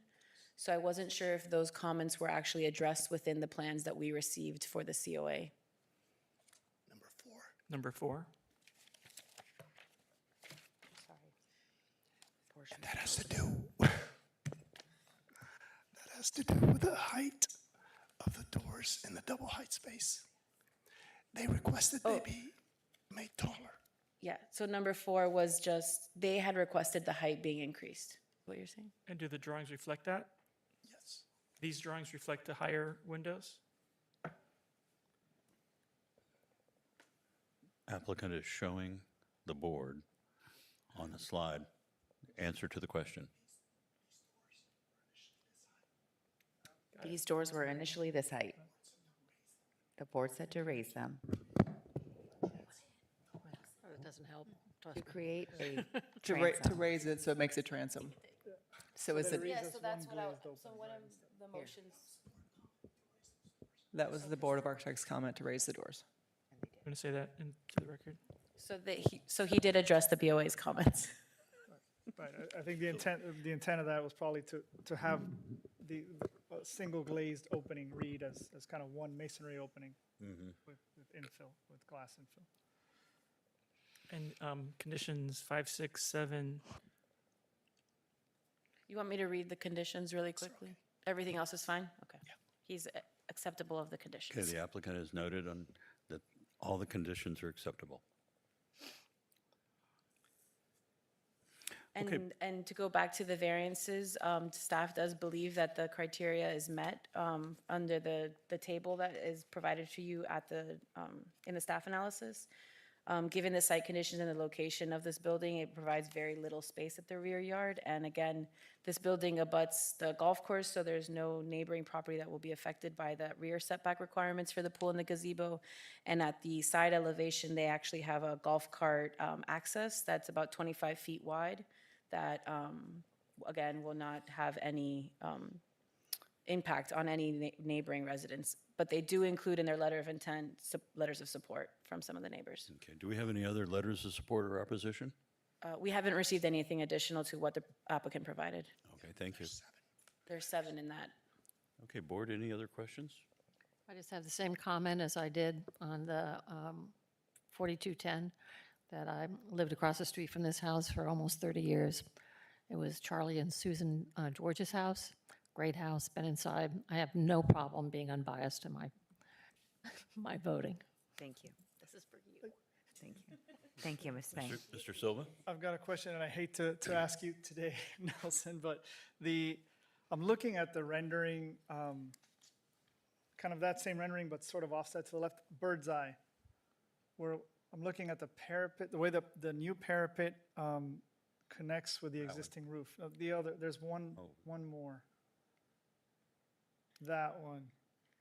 So I don't know if you can zoom in, but if you zoom in to the 2 corners, essentially, right? You're wrapping around with a parapet and you're stopping it short.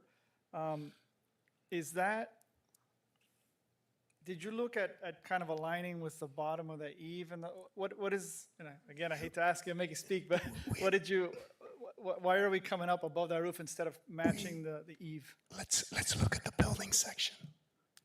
Okay.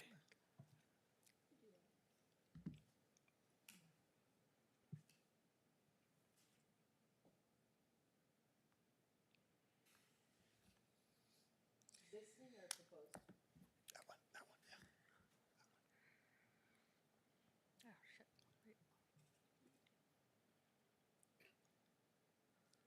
so the ceiling is lining up with the ceiling adjacent to it.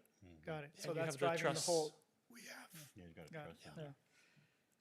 I mean, you could drop it. I mean, there's, other than the ceiling height is the ceiling height. Yeah, I don't know. I mean, Oh, here we go. it seems a shame if you're creating this kind of one large space to offset at that beam in the middle. And it's in the back. I mean,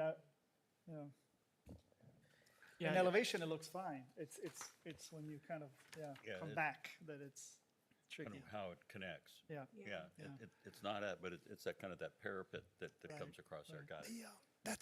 That's triggered by the existing piece that has the atrium. It's so high that when we connect to it, Right, that you need to connect to the meat of the beam and you're kind of stuck there. I get it.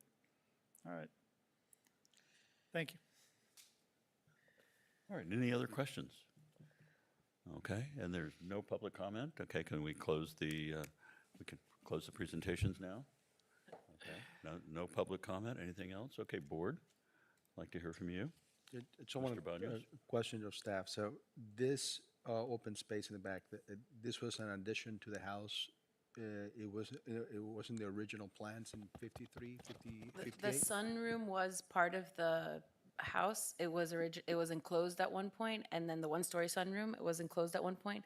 But there was a two-story addition that was done to the, if we're looking at this elevation on the left side, that was already modified, and that modified the other openings and created the atrium as well with the glass ceiling that was added also at that time. So if I could go, well, you see Any other the board atrium member here have a and the- comment? Discussion? Okay. Are we ready for a motion? I can make a motion. Ms. Spain, would you like to make the motion? I'll try, if I can see. I'd like to make a motion to approve the design proposal for additions and alterations to the residence and site work on the property located at 4600 Santa Maria Street, with the conditions noted in the staff report and the issuance of a special certificate of appropriateness, and a motion to approve a variance to allow the new gazebo to have a rear setback of approximately 1 foot and 6 inches versus a required minimum rear setback of 10 feet pursuant to Article 2, Section 2-101D, 4 and 5 of the Coral Gables zoning code, and a motion to approve a variance to allow the new gazebo to have a side setback of approximately 1 foot and 6 inches versus a required minimum side setback of 10 feet pursuant to Article 2, Section 2-101D, 4 and 5 of the Coral Gables zoning code, and a motion to approve a variance to allow the new swimming pool to have a rear setback of 2 feet 6 inches versus a required minimum rear setback of 5 feet pursuant to Article 3, Section 308D3 of the Coral Gables zoning code.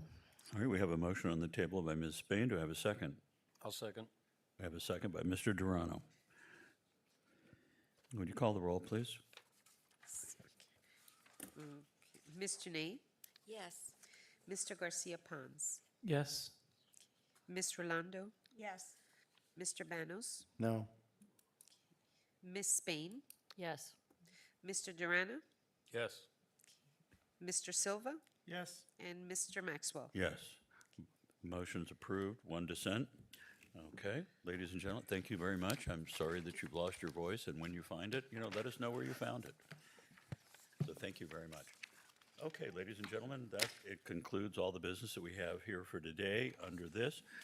Is there any old business that you'd like to bring up? Yes, I got a couple of.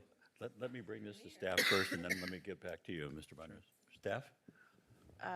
So I could provide the updates for City Commission this past meeting. We did have the appeal for 1414 Galliano that was heard on Tuesday, and the City Commission voted to overturn this board's designation. Was that all 5? No, the mayor made the motion, and 4 of the 5 agreed with him. Commissioner Castro voted against the motion. Would you please explain what it is that you explained to the commission?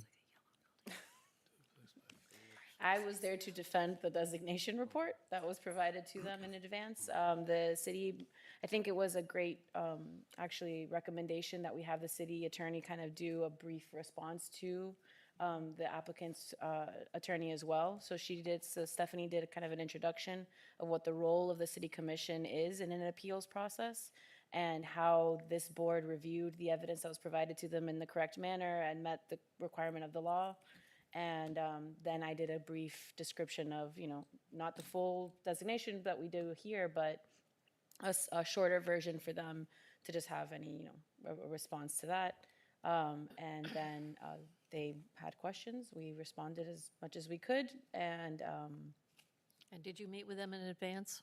I did not, but Stephanie did, and I know the city attorney did talk to them. Is there a reason that you weren't there? No, there wasn't.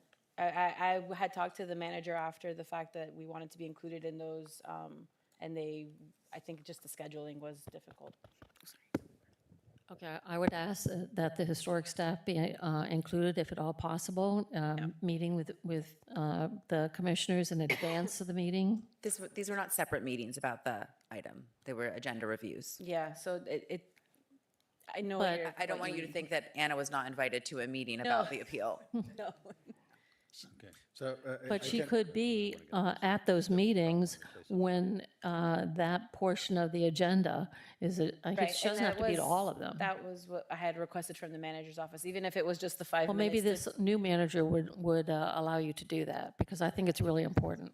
Okay. Ms. Throckmorton, would you do us a favor, please, and just very briefly describe what it is that you told the commission, what their role was?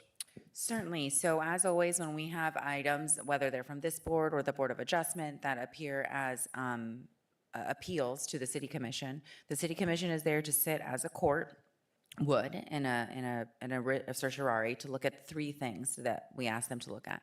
Whether or not due process was afforded to the applicant, so that often appears in the guise of notice given, the ability to appear, the ability to testify, whether the correct law was applied, the essential requirements of law were followed. That generally looks at, did you apply the correct provisions of the applicable city or zoning code to the application before you? You may sometimes have some disagreements about the applicability of certain provisions, which is what was raised in this case, and sort of what they mean, those provisions and criteria. And then third, you look at whether or not there was substantial competent evidence for the decision made by the board below. As always, our office advises, and as counsel to the board I advise that you don't step into the shoes of the board below you. It is not a de novo hearing. That's very clear in our code. It should be based on the record below. So that's the advice that is always given from the city attorney's office to the commission on any appeals before them. And it was reiterated by both the city attorney as counsel to the commission and sort of gone through by myself as counsel to the board, explaining how you all, to your best beliefs, met all three of those prongs and explained that to the commission. That's what is always done in these appeal processes. I think that staff has always done a very good job of going through those items as well. But to the extent you found it helpful, and that was the direction of the board, I appeared as your counsel to sort of be the person behind the paper transcript and explain that process to the commission. So if I may. So I watched the whole process and the whole meeting. I want to commend you, Stephanie, because you really gave a perfect iteration of what they were supposed to be doing. I'm not entirely sure that's what they did, but certainly what they were supposed to be doing in a sense of their very limited role. And I think the record illustrated that the board certainly had enough competent evidence to make the decision they did, that the three questions were answered, I think, in the affirmative, okay? I think ultimately my perspective, and this is a perspective as a resident, not speaking as a member of this board, just reviewing what they did, they very much stepped in our shoes because they struggled with the same things that this board struggled with for the 2.5 hours we had the hearing about the significance and whether or not this was provided for.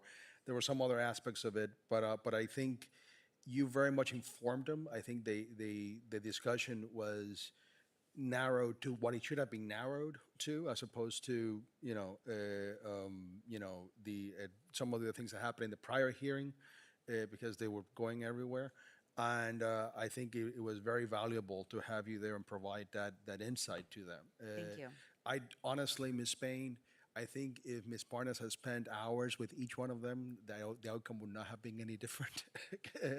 But honestly, I still think it's important to have the preservation officer I agree there with at you, those meetings but- because, that's what she does. Right, but I'm not disagreeing with you, but I think that's valuable, and I take it to your point. I just don't think, my point being to you, that I think by the time they got there, they had an assessment of what they thought their vote was going to be.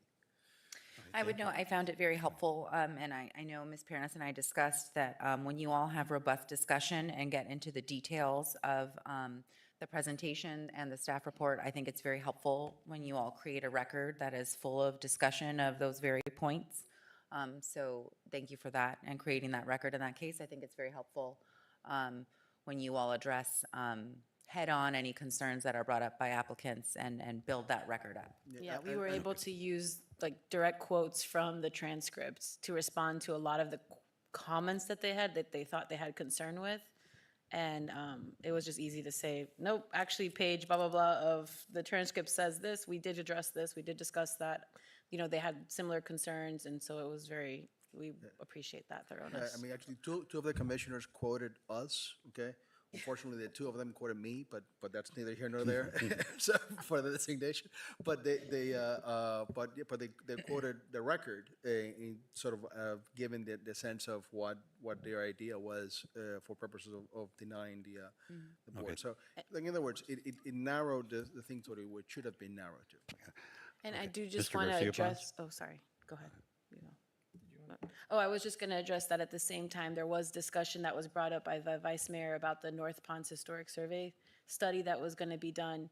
Well, So I'm that's not- just, I have questions about this Oh. last item. I thought you were gonna, okay, no, I thought you were talking about the commission item. Well, no, it is part of the commission item, sorry. Because a lot of the discussion was then kind of skewed to that topic because this property is located within that area.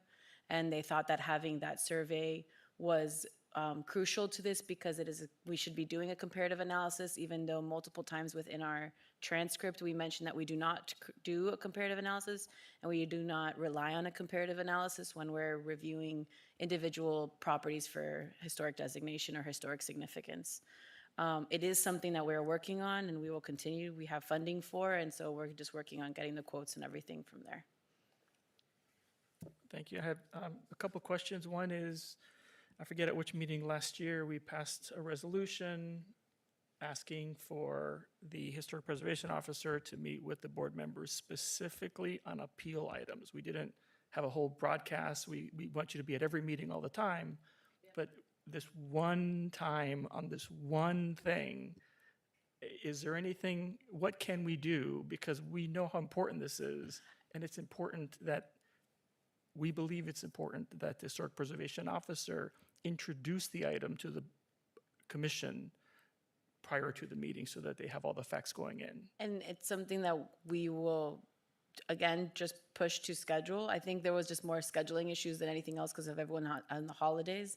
They were even doing briefings on Monday afternoon this time around. So ideally, I totally am going to push for it, and Alberto Parhus, who, just another update real quick, is now our new city manager, is aware of that, and that is a discussion I had with him, and he didn't have issue with me going then and reaching out to them, but it was at that time too short of notice. But again, he can and should be in the room, the city manager. But you can just, let him know, when you get to that item, I'll be outside waiting. Right. And then So- just step in for that item, and then go back out again, so you don't have to hear any of the political stuff, that may be going on in the other items. And to close that one out, could you please forward the new city manager that resolution, or just? Yes. So he has it on the top of his mailbox. And then the second item, I think the city attorney did kind of offer it. It's more of a two-parter. One is, it's not a de novo hearing again. So was there presentation by the appellant of new information? No. So nothing that was considered, nothing that was spoken at the hearing, the appeal, is considered testimony. None of it is new testimony that should be considered in making a decision. Nothing that was provided, did we feel, at least at the time, and of course, it's all happening quickly, appeared to be new information that was considered by the commission in making their decision. They are, of course, allowed to do demonstrative aids to the extent that there were new photos provided of comparisons. I don't think at the time we thought that that was anything besides a demonstrative aid, and it, again, should not be considered by the commission in making any new decisions. So yes, we had no immediate concerns with any of the information presented. Caesar. I mean, we know it's difficult when things are live. I would request that perhaps is it possible to have the appellant's presentation provided to the city attorney's office to vet prior to the presentation to kind of prevent any sort of known de novo presentation versus react to it live on because you can't unsee something. There should be no new evidence presented before, whenever it's presented, and it's very clear in the code, and we will make sure to make that extra clear to any future appellants, that anything that is provided and presented to the commission as a demonstrative aid is just that, a demonstrative aid of evidence already in the record. It should not be any new evidence. And my last question for staff was, based on the three criteria that the commission should be reviewing the appeal on, in the form of a question, what was their rationale for overturning it? Because we are constantly reminded that we need to provide a rationale for the reasons why we do something. So I would imagine that the commission did the same. The motion made was very short. I do think there was extensive discussion on the appellant's points regarding both the substantial competent evidence as well as the essential requirements of law as to the significance of a building. So I haven't seen the final resolution from the city commission on that decision, but I suspect that it was in line with those arguments made by the appellant. Okay, thank you. Yes. Ms. Dene? No, Sorry, Ms. I Dene? apologize. Sorry, I just want to also go on the record. I also watched the entire commission hearing, and I want to appreciate Anna and Stephanie because they really did a very good job, and also Christina, our city attorney, on several occasions of trying to bring it back to what the standard for review is, which is substantial competent evidence, due process, and essential requirements of law. And I feel very proud of everyone on this board for really putting a lot of effort into this, and I sincerely believe that this board followed the essential requirements of law. We followed the rules that we had, and we looked at the substantial evidence we had. So I feel that under the circumstances, we did do the proper thing as a board. So I thank the entire board and staff as well. Thank you. Ms. City Attorney, is there any way that the discussion, in a sense, when it comes up for appeal, can be limited to those things? To simply what it is the matter of law?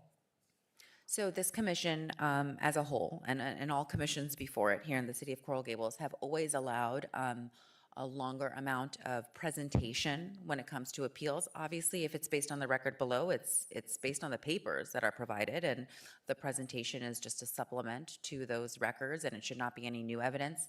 The city has, as in a sort of its regular course of business, allowed those presentations. The mayor often issues, or always issues, a procedural order for those appeals with time limits and an order of business, and the city has always valued public comment, even in a time where public comment is not considered testimony or should be considered as part of that. So that's the process the city has always followed to allow those presentations. It's not, I don't even know if it's addressed explicitly in the code besides the procedural orders that are often issued by the mayor in conjunction with the city attorney's office, but it has been the regular course of business in the city to allow those presentations and public comment, whether or not they are to be considered in making their decision on the appeals. Thank you. Mr. Banos, did you have another question? I don't know if the chairman and Ms. Dene noted the same thing, but a lot of Put what this was up to your but a lot of what was done by the applicant was the same thing they did in front of us, which is to say, look at all these other properties that are not as significant as this one, okay? And even though I think Stephanie and the city attorney and Ms. Barnes, I think until they were blue in the face, told them, this is not a comparative analysis. We're not looking vis-a-vis one thing versus the other. This is just looking at the one building. They kept on going around the same circle. So, and it was, whoa, but this other house, I mean, the whole presentation of the mayor was, the Art Deco house on North Greenway is much prettier than this building. Why are we keeping it, right? So that was that was the whole perspective. Okay, I mean that was my assessment. I don't know if you guys saw anything different than that. Well, then I'm going to suggest to you and other members of the board to speak with the people that appointed you, and perhaps have a more personal discussion with them. Well, to help with education. I mean, the one thing is we can't do that, right? We can't really advocate to them Because the You review- cannot have an individual meeting about something that will become before them in a quasi-judicial process. You are, of course, always welcome to speak to your appointing officials about legislative matters, other matters, or not specific items that are coming before them. If In it's a other words, general the conversation about process. historic preservation, I see no problem with that. Yeah, so I was referring to the process, not Oh, that I'm sorry, particular Mr. one. Chair. So in other words, educate them about the process, what it is that their responsibilities are, and what they've charged us with doing for them. So, I mean, we're the lower court. Okay, any further discussion on this item? Okay, if not, Just on Ms. Barna's comment. So Commissioner Anderson, which is the one that made the request, in my humble opinion, was less than artful in her delivery, okay, as to the way that she made the inquiry as to what had been, what was due as far as the studies is concerned. And I think there should be, personally, a response from the board updating the commission as to what that process had been and the right chronology, because I think the vice mayor may have had that perspective, not completely accurate, okay? So I would suggest, with the indulgence of the chair, that we pass a resolution or instructing the staff to give the commission an update by next commission meeting of what the steps have been done so far in order to get the study done, okay? And that is so that, in other words, so there's no misunderstanding and there's a clarity on their part that the board and the staff have been doing whatever is required in order to get this process done and where we are in the process. I'm sorry, but I'm thinking that's better for a staff to handle internally as a response. I don't think it's appropriate for this board to do a resolution of that nature. Perhaps you can just handle that. Mr. Garcia Pons? So if I may, Mr. Banos, I appreciate the intent, but maybe we can request staff make a presentation to this board as to the process, and then after that, we could perhaps do something It's with fine. that. I mean, however you guys decide. It was just a suggestion on my part, because I think I took the comments to be accusatory of them not doing what they're supposed to be doing, and I hate that to be the message that is going from this board or from that staff over to the commission. So I just wanted some clarification of the record, if you will, to illustrate that we have done A, B, C, D, or the staff has done A, B, C, and D in order to make that study, okay?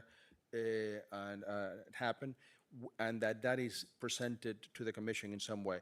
The resolution that will come from the board will be something that they're forced to listen to.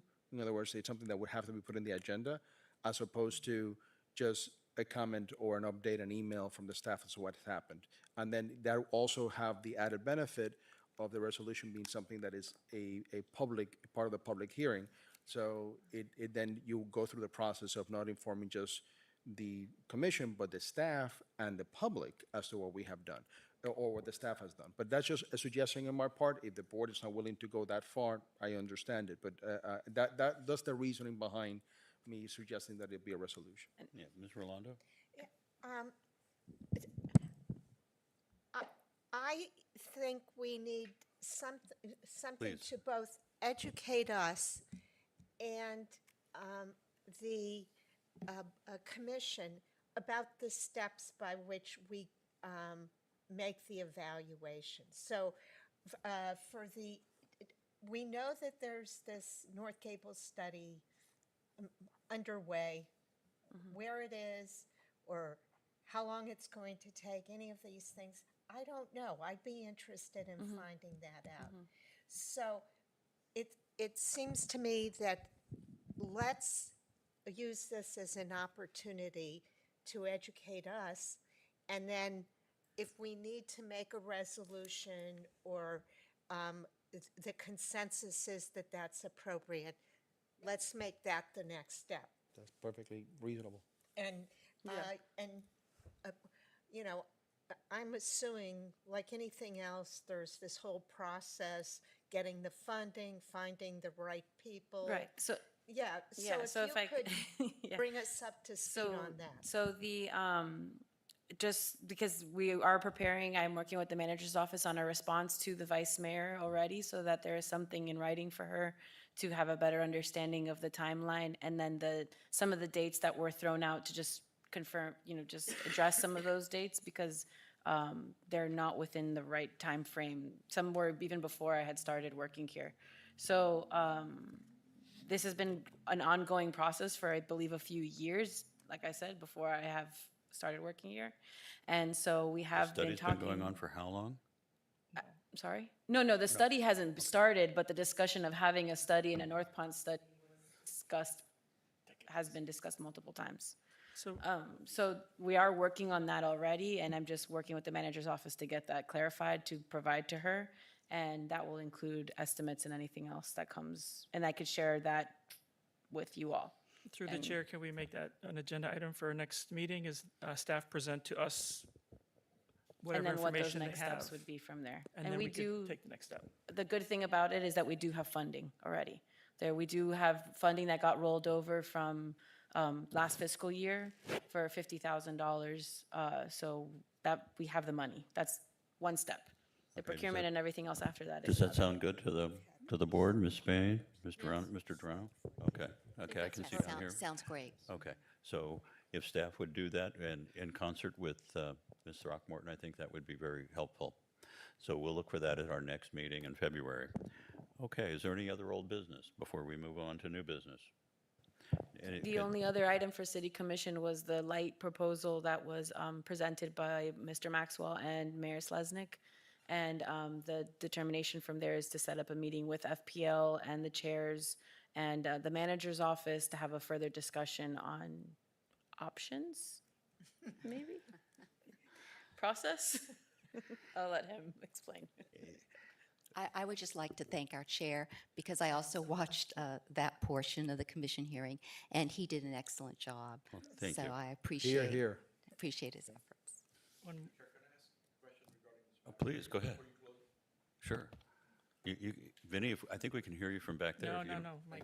He's got to This come is up. for Okay. education's sake, and I hope it helps you guys as well. So this is an item that you guys are discussing, which is this study. For the which- record, Vinny, can you say your name? Oh, Venitoria 208 Andalusia Avenue. Thank you. The item that you're discussing came up, and you're discussing it right now, which is this study, which is this assessment. I suspect it's an assessment. And I was trying to figure out what is this assessment. I think I know, but I'm going to ask the question and what it actually brings forth and what it does. Because one of the things that was said is if we had had knowledge of which properties are deemed to be historic, we wouldn't be asking the questions. That was something that I think was said to a certain degree. So you go through, let's call it the north area, and instead of doing a case-by-case basis, you ahead determine which properties would be deemed possibly historical. I'm asking a question, you're gonna respond with the right answer. Consultant would do a study and determine which buildings would be contributing or non-contributing to the. Okay, those finite numbers, does that close the loop for all other properties? Once that's done, those are the ones that have become historical, or does Absolutely that not. stop the process for future?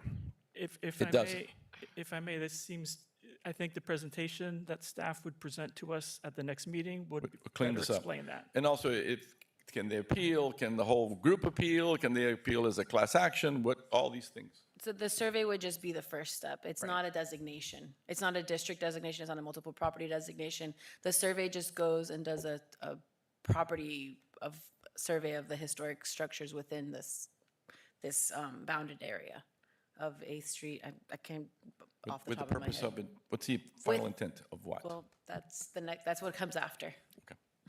There's a lot of questions, thank you. I believe that there already is a historic survey of the area done by Mr. Gillis and his folks some time ago, right?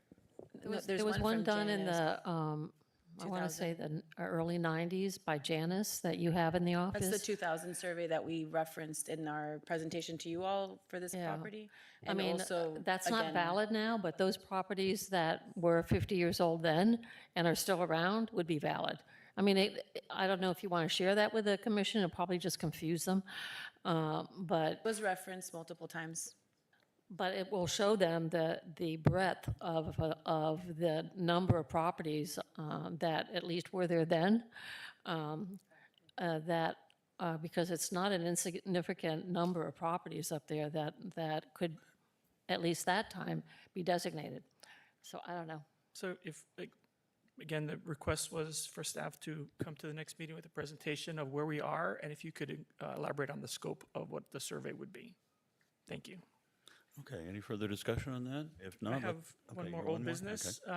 We had met at the last meeting regarding City Hall, and are we anticipating hearing anything else about City Hall? We talked about getting some information back regarding the windows and the assessment, and So, no, and I apologize. The window study that after the motion that was made here, is going to be included as part of the assessment with the consultant that was just hired, they're still working out his contract, but Heisenbottle's office will be doing that assessment, and those windows will be included as a part of that. The shoring that occurred at column 49, which is that exterior column, is complete. We did an inspection, I just did an inspection of that last week, and everything seems to be in good shape. Because there are portions of that shoring that are located within the fountain and are very close to some of our most important elements on that building and decorative elements, but everything seemed to survive. So although you might see a very big, scary structure, it is safe. And the other column that is in process of being, the design is being made for the shoring at column, I believe it's 23, which is an interior column on by the front door. They're doing exploratory demolition on the interior that found that although the bottom of the column may not be in good shape, the middle is in good shape and actually looked freshly poured. And then the top does have some damage. So they're going to be limiting the shoring to the interior, even though they thought at first that it was going to be shoring that would have to be from the exterior and interior. That also then penetrated the building, which they're not requiring at this time, but they're doing further study to kind of determine how to handle it all from the interior. Again, meetings will be held in here as, for further future plans. So our meetings are still going to be scheduled for this Thursdays per the schedule that we provided you. There's no changes to that yet. If there's any meeting dates within that list that you all see are problematic and want to change, just let us know in advance so we can coordinate with the city clerk. Is there a conservator part of that Yes. process? Yeah, they were now? I mean, are they on site now looking at Yeah, what so they're looking RLA at? was part of the team with the, Structural engineer? yes, with the structural engineer, but also with the shoring contractor. Gavarete had actually hired them. And so Caroline Dickensheets, who does all of their stuff, was actually there during the installation and did multiple inspections for that exterior column one. And she's going to be writing a report as well. Yeah, Mr. Garcia Ponce. Just to confirm, the evaluation being done by Mr. Heisenbottle, the city manager, said that it would come before this board for a recommendation prior to going to the city commission. Is that still what? Talk about the windows. The windows. I'll have to look back at the transcript, but it's my understanding that that what the city manager proposed and was accepted by this board was that following the evaluation, whatever next step the manager wants to take with the windows, if they're proceeding under that zoning code section, they will return to this board as directed by the city commission, that direction from the city commission to bring any plan for window replacements to this body has not yet been satisfied, that they will be coming back if there is a So the motion proposal. you all made last time didn't satisfy that original resolution. They still have to come back to you all to get that comment and recommendation, non-binding comment. We mentioned at the last meeting, we requested that the new consultant explore some further ideas, some ideas further than they were in the previous. I just want to make sure that made it into their scope of work. We do not have a scope of work yet. They're still working on the contract. So if you can. Yes. Review Right the now, I think it's contract. very general, that to the point that it just says window assessment included as part of the process. But yes, that is something we'll work out with them. Copy of the So we're- transcript. We're putting the Please. windows Yes. If you before the could- building. I like that. If you could- I always put up windows before I erect a structure. If you could provide the consultant with a copy of the transcript of the meeting. Yes, and that is being ordered so that we could have, the clear. Ms. Spain, did you have another comment? I just wanted to say that I got a call from Hope's Windows asking me when I wanted to set up an appointment for my windows, and I said, okay, I have no idea what you're talking about. It was very odd, But I said, I think you need, and I gave them all your information. I said, I'm fairly certain that you should be. He goes, oh, okay, I got your name. It might be the old historic preservation officer information they had. I didn't know that But they were no, talking we about haven't, my home. we're working through, And it was my private phone. It was very weird. Anyhow, yeah, you might want to call them. it's all right. I don't need to call them back. Mr. Banos, you had a question? In the same spirit of of Caesar, do we have any update on the Billmore? What's going on there? So since we last met, the city architect and myself, Carol was out of the office that day, and the asset manager had a meeting with their interior decorator to discuss our concerns and their team of the lower lobby. We're kind of focusing because there's a lot of spaces that need to get corrected. And so we're focusing right now on the lower lobby since it was the most public and, space that I think brought all the attention and where most of our concerns are. And so we did talk to them about concerns that we had. We explained to them about how this was included as part of a restoration area, and that although it was, because they kept kind of going back to that this being an 80s renovation and that this is just 80s work and this is not historic. We explained which elements, we found evidence of existing before the renovation occurred and what elements we find are inappropriate to the historic character of the building that have now been installed. And they have provided a response, and we're going to be coordinating an internal meeting before we give them That was with the comment. interior decorator you met with? Yes. Was Tom Prescott part of that meeting? Yes.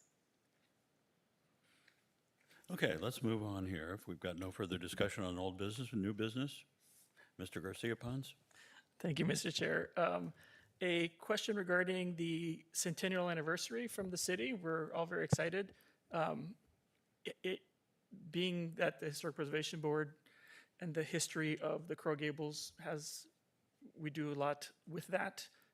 Is there any way that this board can get involved in some of the conversations or discussions? I don't know if the chairperson has, or perhaps the former Historic Preservation Officer, so that it increases probably just to understand what is being discussed and if maybe we can add something based on our experience. So we could request that Martha Pantine, who's kind of running all the events for the Centennial, come do maybe a brief presentation and talk to you all about the efforts that their office has made within the different departments, and see if there's any feedback or anything you want to consider or add, or. I think that would be great. So that would when be the city turned 75, they had a 75th anniversary. They had they drained the Venetian pool. There was an orchestra there. Proposing to do that this year. Each department was tasked with something, and the departments were supposed to come up with something, and if they didn't come up with something, they were told what to do. The Public Works, when you see the decorative manhole covers that have the city seal, that was done in the 75th anniversary by the Public Works Department. That was their contribution. I actually can't remember what ours was. We did something, I can't remember what it was. But for the 100th, I had started working on a centennial tour, of the historic properties in the city, and I was trying to figure out how to do it digitally in a sidewalk, the way they have it done, but I don't know. Yeah. So we have a project, the Centennial Path, that we're doing that's like an AI that includes historic sites and public art, and it'll have something similar to that you could actually do digitally, but there's also been discussion about doing kind of like what you all used to do with the trolley tours for staff, but having one that's maybe available to the public a Saturday every here and there, so that, that we can work on. To have candlelight home tours. I think there's a lot of Good things luck. that we can do. I think it would be good if Ms. Pantine could I'll be calling you. could actually come before the board. We could come early at some time, and we could have a conversation that she could, begin to bring into that. The other thing I think that is really critical, particularly as we come to 100 years, and we're watching things that happened like last Tuesday, is that we begin somehow, and I don't know what that is at this moment, to begin to talk to people about the other parts of our community that are not so celebrated.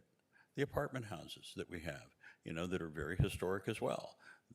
Some of the contributing properties, not all of our star properties. Not everything is the Biltmore or the Coral Way or the Coral Gables House or City Hall. We have so many other things that are being lost and left out of the conversation. And I'd like to figure out some way during this centennial year, if we can, to bring more of those to the attention of the public. Understood. Mr. Chair, if any of you are not aware, there's a special centennial website, 100coralgables.com, that has a list of planned events for the rest of the year, as well as some of the oral histories and photos that they've been working with. Yeah, we can circulate that link to Historical Cultural everybody. Resources staff, as well as communications. There's also I believe, a pop-up video event that's happening at the farmer's market where you can come record your own Coral Gables stories with questions. And I think it may be helpful and instructive if you haven't already to take a look at that website. There are some various events planned Yeah, everything throughout that's the been year. planned that has dates is on that already. Okay, okay, any other new items? If not, let's move on to city commission items. We don't have any. And any other discussion items? Hearing none, we're going to call for adjournment. Do we have a motion? To adjourn. Have a motion to adjourn by Mr. Garcia Pons and a second by Mr. Banos. We are adjourned. Thank you all.